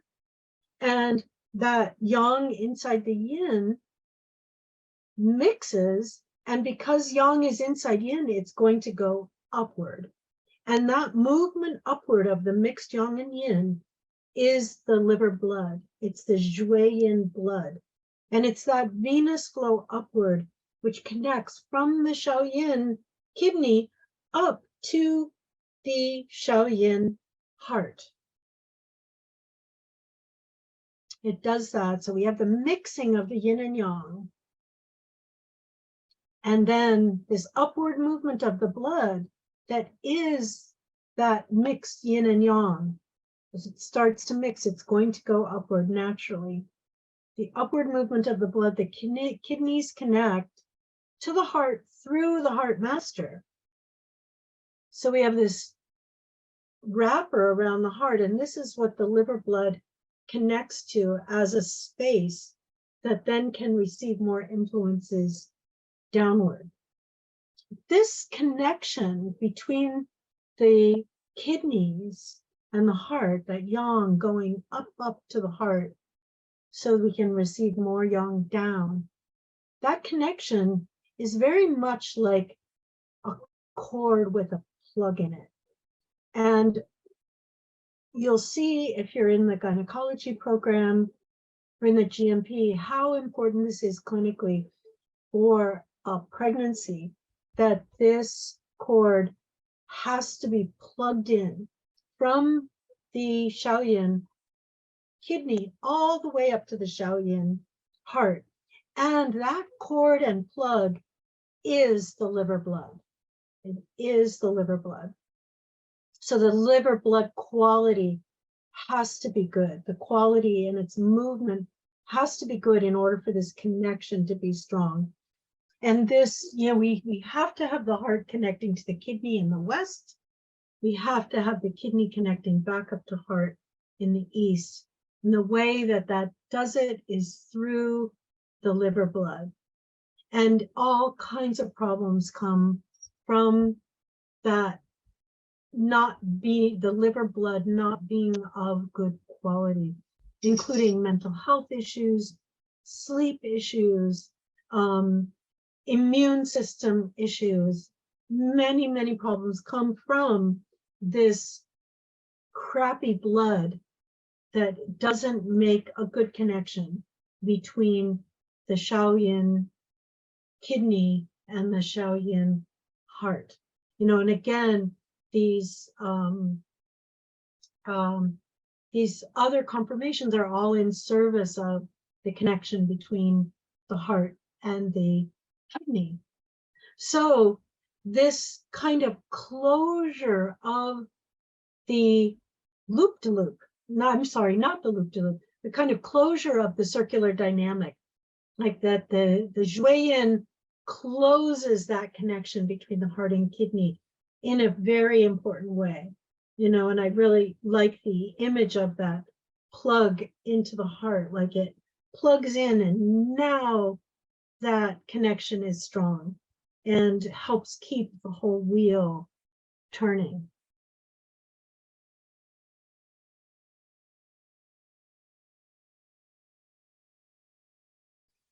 So we have a summary of the 3 in the 6.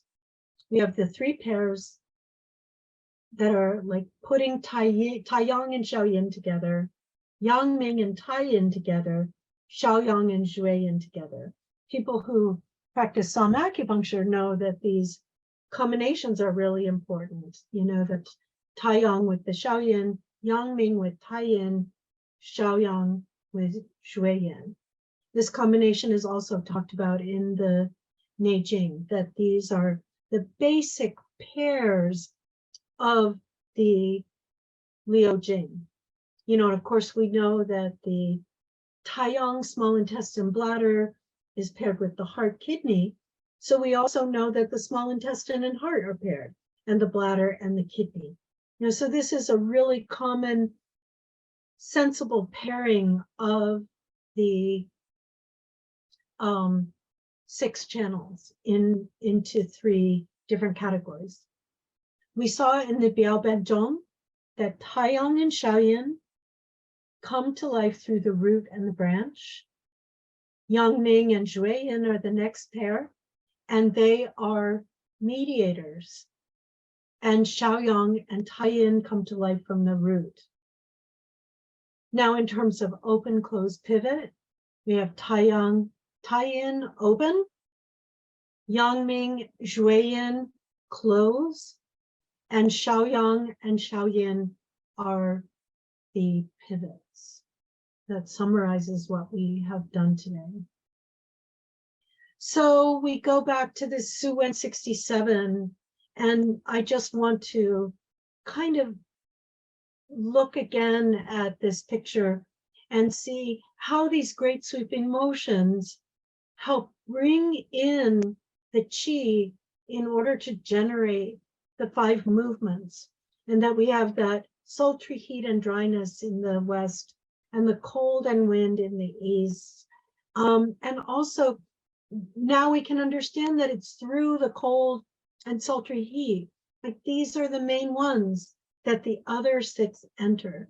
It causes the great void to generate and transform into life. So this is how life is created and maintained. It's through cold and sultry heat that the 6 great sweeping motions enter, which causes the great void to generate and transform into life.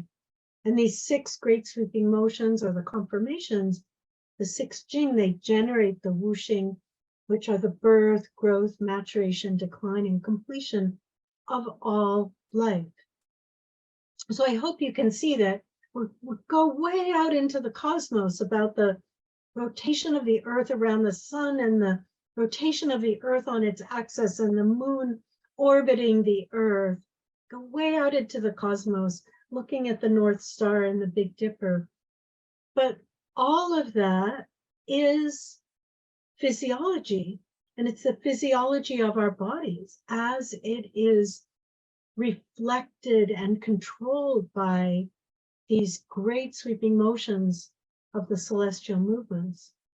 So I hope this has been useful. And next time we'll bring it back to the clinic and talk about diagnosis and also the flavors, how the flavors are our root herbal tools, just like the whooshing acupuncture points, like the metal, water, wood, fire, earth points that we work with acupuncture are our root acupuncture tools. With herbs, we can work in the same way, but with the flavors as our basic tool for working with the great sweeping motions. So how do we diagnose which great sweeping motion isn't functioning that's causing the problems now in the form of the body? And then how do we apply flavors in order to correct the great sweeping motion? So thank you from my farm here out in Western Massachusetts. And I wish you all a really happy New Year, and I'll have part 6 to you very shortly.